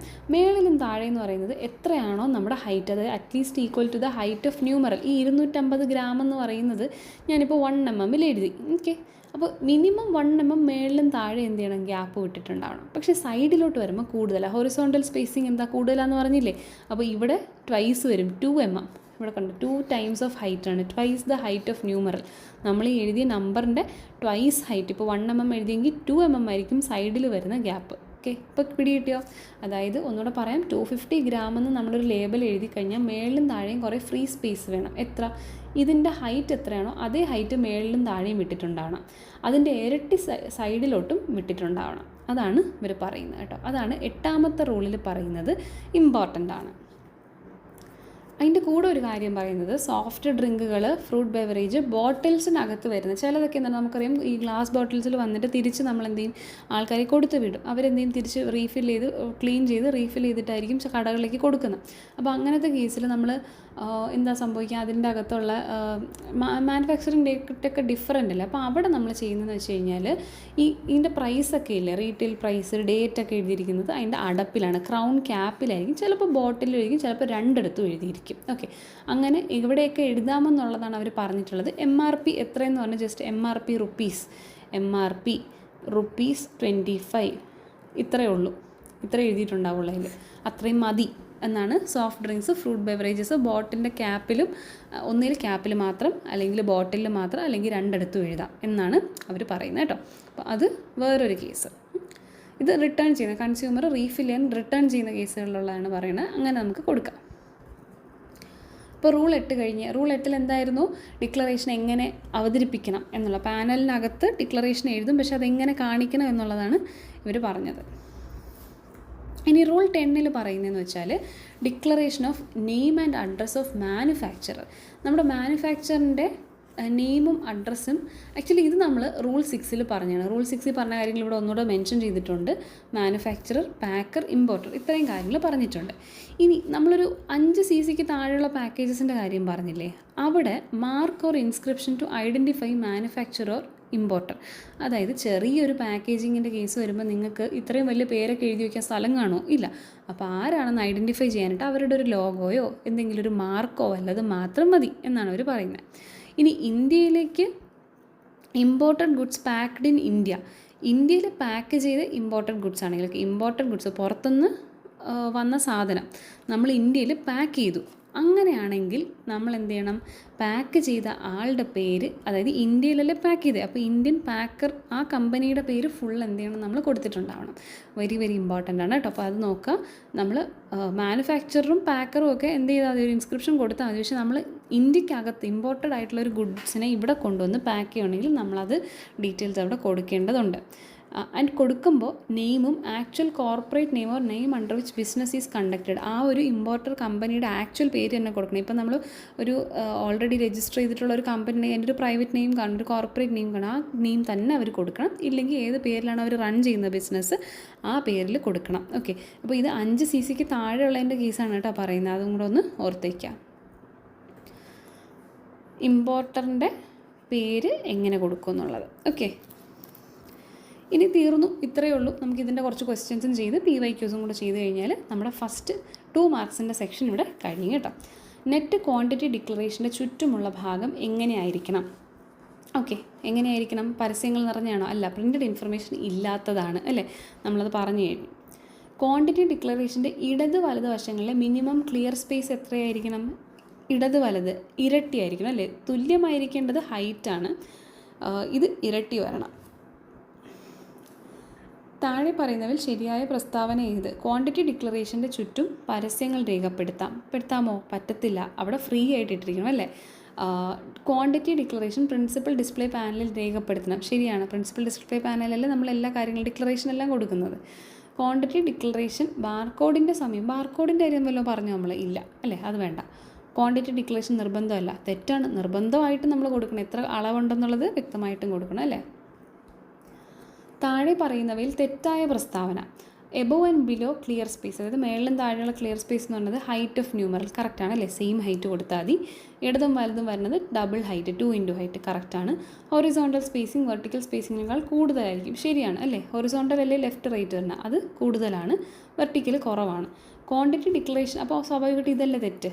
ക്വാണ്ടിറ്റി ഡിക്ലറേഷൻ്റെ ചുറ്റുമുള്ള ഭാഗം പ്രിൻറ്റഡ് ഇൻഫർമേഷൻ കൊണ്ട് നിറഞ്ഞിരിക്കും. പ്രിൻറ്റഡ് ഇൻഫർമേഷൻ പാടില്ലെന്നാണ് ഈ റൂള് പറയുന്നത്, പക്ഷേ ഇവിടെ പ്രിൻറ്റഡ് ഇൻഫർമേഷൻ വേണമെന്നാണ്, അപ്പോൾ അത് തെറ്റാണ്. ഓക്കെ, അപ്പോൾ ഇതാണ് തെറ്റായ പ്രസ്താവന. സോഫ്റ്റ് ഡ്രിങ്ക്സ് സംബന്ധിച്ച് ശരിയായ പ്രസ്താവന എന്താണ്? MRP ഇൻവോയ്സിൽ മാത്രം രേഖപ്പെടുത്തണം. അല്ല, നമ്മൾ ബോട്ടിലിൻ്റെ അടപ്പിലോ ബോട്ടിലിൻ്റെ ബോഡിയിലോ അല്ലെങ്കിൽ രണ്ടിടത്തുമായിട്ടും കൊടുക്കുക അല്ലേ. MRP ക്യാപ്പിലോ ബോട്ടിലോ രണ്ടിടത്തും രേഖപ്പെടുത്തുക, ഇതാണ് കറക്റ്റ്. ഓക്കെ, MRP രേഖപ്പെടുത്തേണ്ടതില്ല, തെറ്റ്. രേഖപ്പെടുത്തണം. MRP ക്യാപ്പിൽ രേഖപ്പെടുത്തുന്നത് നിയമവിരുദ്ധമാണ്, തെറ്റ്. ക്യാപ്പിലാണ് കൊടുക്കേണ്ടതല്ലേ. സോ ഓപ്ഷൻ ബി ആണ് റൈറ്റ്. അടുത്ത ചോദ്യം, താഴെ പറയുന്നതിൽ ശരിയായ പ്രസ്താവന. എല്ലാ ഡിക്ലറേഷനുകളും പ്രിൻസിപ്പൽ ഡിസ്പ്ലേ പാനലിൽ ആയിരിക്കണം. ശരിയാണ്. ക്വാണ്ടിറ്റി ഡിക്ലറേഷൻ പാക്കേജിൻ്റെ പിൻവശത്ത് മാത്രം രേഖപ്പെടുത്തണം. അങ്ങനെയൊന്നുമില്ല, അങ്ങനെയൊക്കെ നമ്മൾ പഠിച്ചു. പിൻവശം മുൻവശം എന്നൊന്നും പറഞ്ഞാൽ നമ്മളൊന്നും പഠിച്ചിട്ടില്ല, അപ്പോൾ ആദ്യം അങ്ങ് സ്കിപ്പ് ചെയ്യാം. ഡിക്ലറേഷൻ എവിടെയും രേഖപ്പെടുത്താം, അങ്ങനെ ഉണ്ടോ? എവിടെയും രേഖപ്പെടുത്താമെന്നൊന്നുമില്ല, കൃത്യമായിട്ട് നമ്മൾ കാണുന്ന രീതിയിൽ വയ്ക്കണം അല്ലേ. ക്വാണ്ടിറ്റി ഡിക്ലറേഷൻ്റെ ബാർകോഡിൽ രേഖപ്പെടുത്തണം. ബാർകോഡൊന്നും നമ്മൾ മെൻഷൻ ചെയ്തിട്ടില്ല, അപ്പോൾ ബാർകോഡിൻ്റെ കാര്യം കാണുന്നേക്ക് അങ്ങ് വിട്ട് കളഞ്ഞാൽ മതി. ശരിയായ പ്രസ്താവന ഓപ്ഷൻ എ ആണ്. ഇനി പ്രീവിയസ് ക്വസ്റ്റ്യൻസ് ഉണ്ട്, പരീക്ഷയ്ക്ക് ചോദിച്ച 2 മാർക്കിൻ്റെ ചോദ്യം എന്ന് പറഞ്ഞില്ലേ. നമ്മൾ ഈ പറഞ്ഞ 6, 7, 8, 10 ഈ 4 റൂൾസ് പഠിച്ചതുകൊണ്ട് 2 മാർക്കാണ് കിട്ടുന്നത്. അപ്പോൾ കഴിഞ്ഞ എക്സാമിന് ചോദിച്ച ചോദ്യം നമുക്കൊന്ന് നോക്കാം. 2 ചോദ്യങ്ങൾ. ചില്ലറ വിൽപ്പന പാക്കറ്റിൻ്റെ പ്രിൻസിപ്പൽ ഡിസ്പ്ലേ കണ്ടോ, ഡിസ്പ്ലേ പാനലിന് അകത്ത് അളവ് പ്രഖ്യാപിച്ചിട്ടുള്ളതിന് ഇടതുഭാഗത്തായി ഒഴിഞ്ഞു കിടക്കേണ്ട സ്ഥലത്തിൻ്റെ ഏറ്റവും കുറഞ്ഞ വലിപ്പം എത്രയാണ് നമ്മൾ പറഞ്ഞ പ്രഖ്യാപനത്തിലെ 1 അക്കത്തിൻ്റെ ഉയരം, പ്രഖ്യാപനത്തിലെ 2 അക്കത്തിൻ്റെ ഉയരം, പ്രഖ്യാപനത്തിലെ 1 അക്കത്തിൻ്റെ പകുതി ഉയരം, 4 അക്കത്തിൻ്റെ ഉയരം, അങ്ങനെയാണ്. 2 × height of numeral, 2 × height of numeral എന്നാണ് നമ്മൾ പഠിച്ചത് അല്ലേ. എവിടെ? ലെഫ്റ്റും റൈറ്റും. ഇവർ ചോദിച്ചാൽ എന്താ? ഒഴിഞ്ഞു കിടക്കേണ്ട ഇടതുഭാഗത്ത്. ഓക്കെ, ഇടതുഭാഗത്ത് എന്ന് പറയുമ്പോഴത്തേക്കും ലെഫ്റ്റ് അല്ലേ. പ്രഖ്യാപനത്തിലെ 2 അക്കത്തിൻ്റെ ഉയരം അല്ലേ, 2 × ഹൈറ്റ് ഓഫ് ന്യൂമറൽ, അതാണ് ആൻസർ. അടുത്തതോ, ചില്ലറ വിൽപ്പനയ്ക്കുള്ള പാക്കറ്റിന് മേൽ നിർമ്മാതാവിൻ്റെ പൂർണ്ണ മേൽവിലാസത്തിന് പകരമായി ഉപഭോക്താവിന് ഇക്കാര്യം മനസ്സിലാവുന്നതിനുള്ള അടയാളം മതിയാകും എന്ന് വ്യവസ്ഥ ചെയ്തിട്ടുള്ള പാക്കറ്റിൻ്റെ കപ്പാസിറ്റി. ചെറിയ പാക്കറ്റുകൾക്കാണ് അല്ലേ, 5 cc ആണ് നമ്മൾ പറഞ്ഞല്ലേ. 5 ഘന സെൻറ്റിമീറ്ററോ അതിൽ കുറവോ അല്ലേ. ഇവിടെ നോക്കിയാൽ 5 ഘന സെൻറ്റിമീറ്ററിൽ കൂടുതലെന്ന് കൊടുത്തിട്ടുണ്ട്. 5 ഘന മാത്രം കണ്ട് നിങ്ങൾ പോവരുത്, ഇത് രണ്ടും നോക്കണം. ഇത് ചിലപ്പോൾ ഈ ഓപ്ഷൻ ആയിരിക്കും എയിൽ കിടക്കുന്നത്, അപ്പോൾ നമ്മൾ എന്ത് ചെയ്ത് തെറ്റിക്കും. ഇത് ഈ മീറ്റർ വരെ മാത്രം വായിക്കും, കൂടുതലോ കുറവൊന്നും നോക്കൂല. ആദ്യമേ നമ്മൾ ചാടിക്കയറി അതങ്ങ് ടിക്ക് കൊടുക്കും. പക്ഷേ 5 ഘന സെൻറ്റിമീറ്ററോ അതിൽ കുറവോ ആയിട്ടുള്ള ചെറിയ പാക്കറ്റിലാണെങ്കിൽ മാനുഫാക്ചറിങ്ങിൻ്റെ ചെറിയൊരു അടയാളം എന്തെങ്കിലും കൊടുത്താൽ മതി. നമ്മൾ എന്ത് കൊടുക്കണ്ട, ആ ഫുൾ പേരും പ്രിൻറ്റ് ചെയ്യേണ്ട. അപ്പോൾ ഇതാണ് ആൻസർ. കണ്ടോ, അപ്പോൾ നമുക്ക് എളുപ്പമായിട്ട് എക്സാമിൻ്റെ ക്വസ്റ്റ്യനൊക്കെ അത്യാവശ്യം എളുപ്പമായിട്ടുള്ളത് തന്നെയാണ്. നിങ്ങൾക്ക് ഈസി ആയിട്ട് എന്ത് ചെയ്യാൻ പറ്റും, ആൻസർ ചെയ്യാനായിട്ട് പറ്റും. ഓക്കെ, അപ്പോൾ ഇതിലൂടെ നമ്മൾ ഇപ്പോൾ കംപ്ലീറ്റ് ചെയ്ത ടോപ്പിക് എന്ന് പറയുന്നത് റൂൾസ് ഓഫ് പാക്കേജ്ഡ് കമ്മോഡിറ്റീസ് 2011 ആണ്. ഇതിലൂടെ നമ്മുടെ 2 മാർക്കിൻ്റെ ചോദ്യമാണ് നമ്മളിപ്പം പഠിച്ചു കഴിഞ്ഞത് കേട്ടോ. ഈ 2 മാർക്സ് നമ്മൾ കിട്ടിക്കഴിഞ്ഞു. അപ്പോൾ 5 മാർക്കിൽ ഇപ്പോൾ 2 മാർക്കായി. ഓക്കെ, ഇനി ഇതുപോലെ ബാക്കി റൂൾസിൻ്റെയും കാര്യങ്ങളൊക്കെ എന്തെങ്കിലും ഡിസ്കസ് ചെയ്തുകൊണ്ട് വേറെ വീഡിയോസിൽ വരാം. അതിലും നിങ്ങൾക്ക് തിയറിയും MCQസും ഉണ്ടാവും. അപ്പോൾ നിങ്ങൾക്ക് കംപ്ലീറ്റ്ലി എല്ലാ കാര്യങ്ങളും ആ ഒരൊറ്റ വീഡിയോ തന്നെ കിട്ടുന്നുണ്ടാകും കേട്ടോ. അപ്പോൾ അങ്ങനെ നമുക്ക് അടുത്ത വീഡിയോയിൽ കാണാം. Till then bye. എല്ലാവരും നന്നായിട്ട് പഠിക്കുക. All the best. Thank you.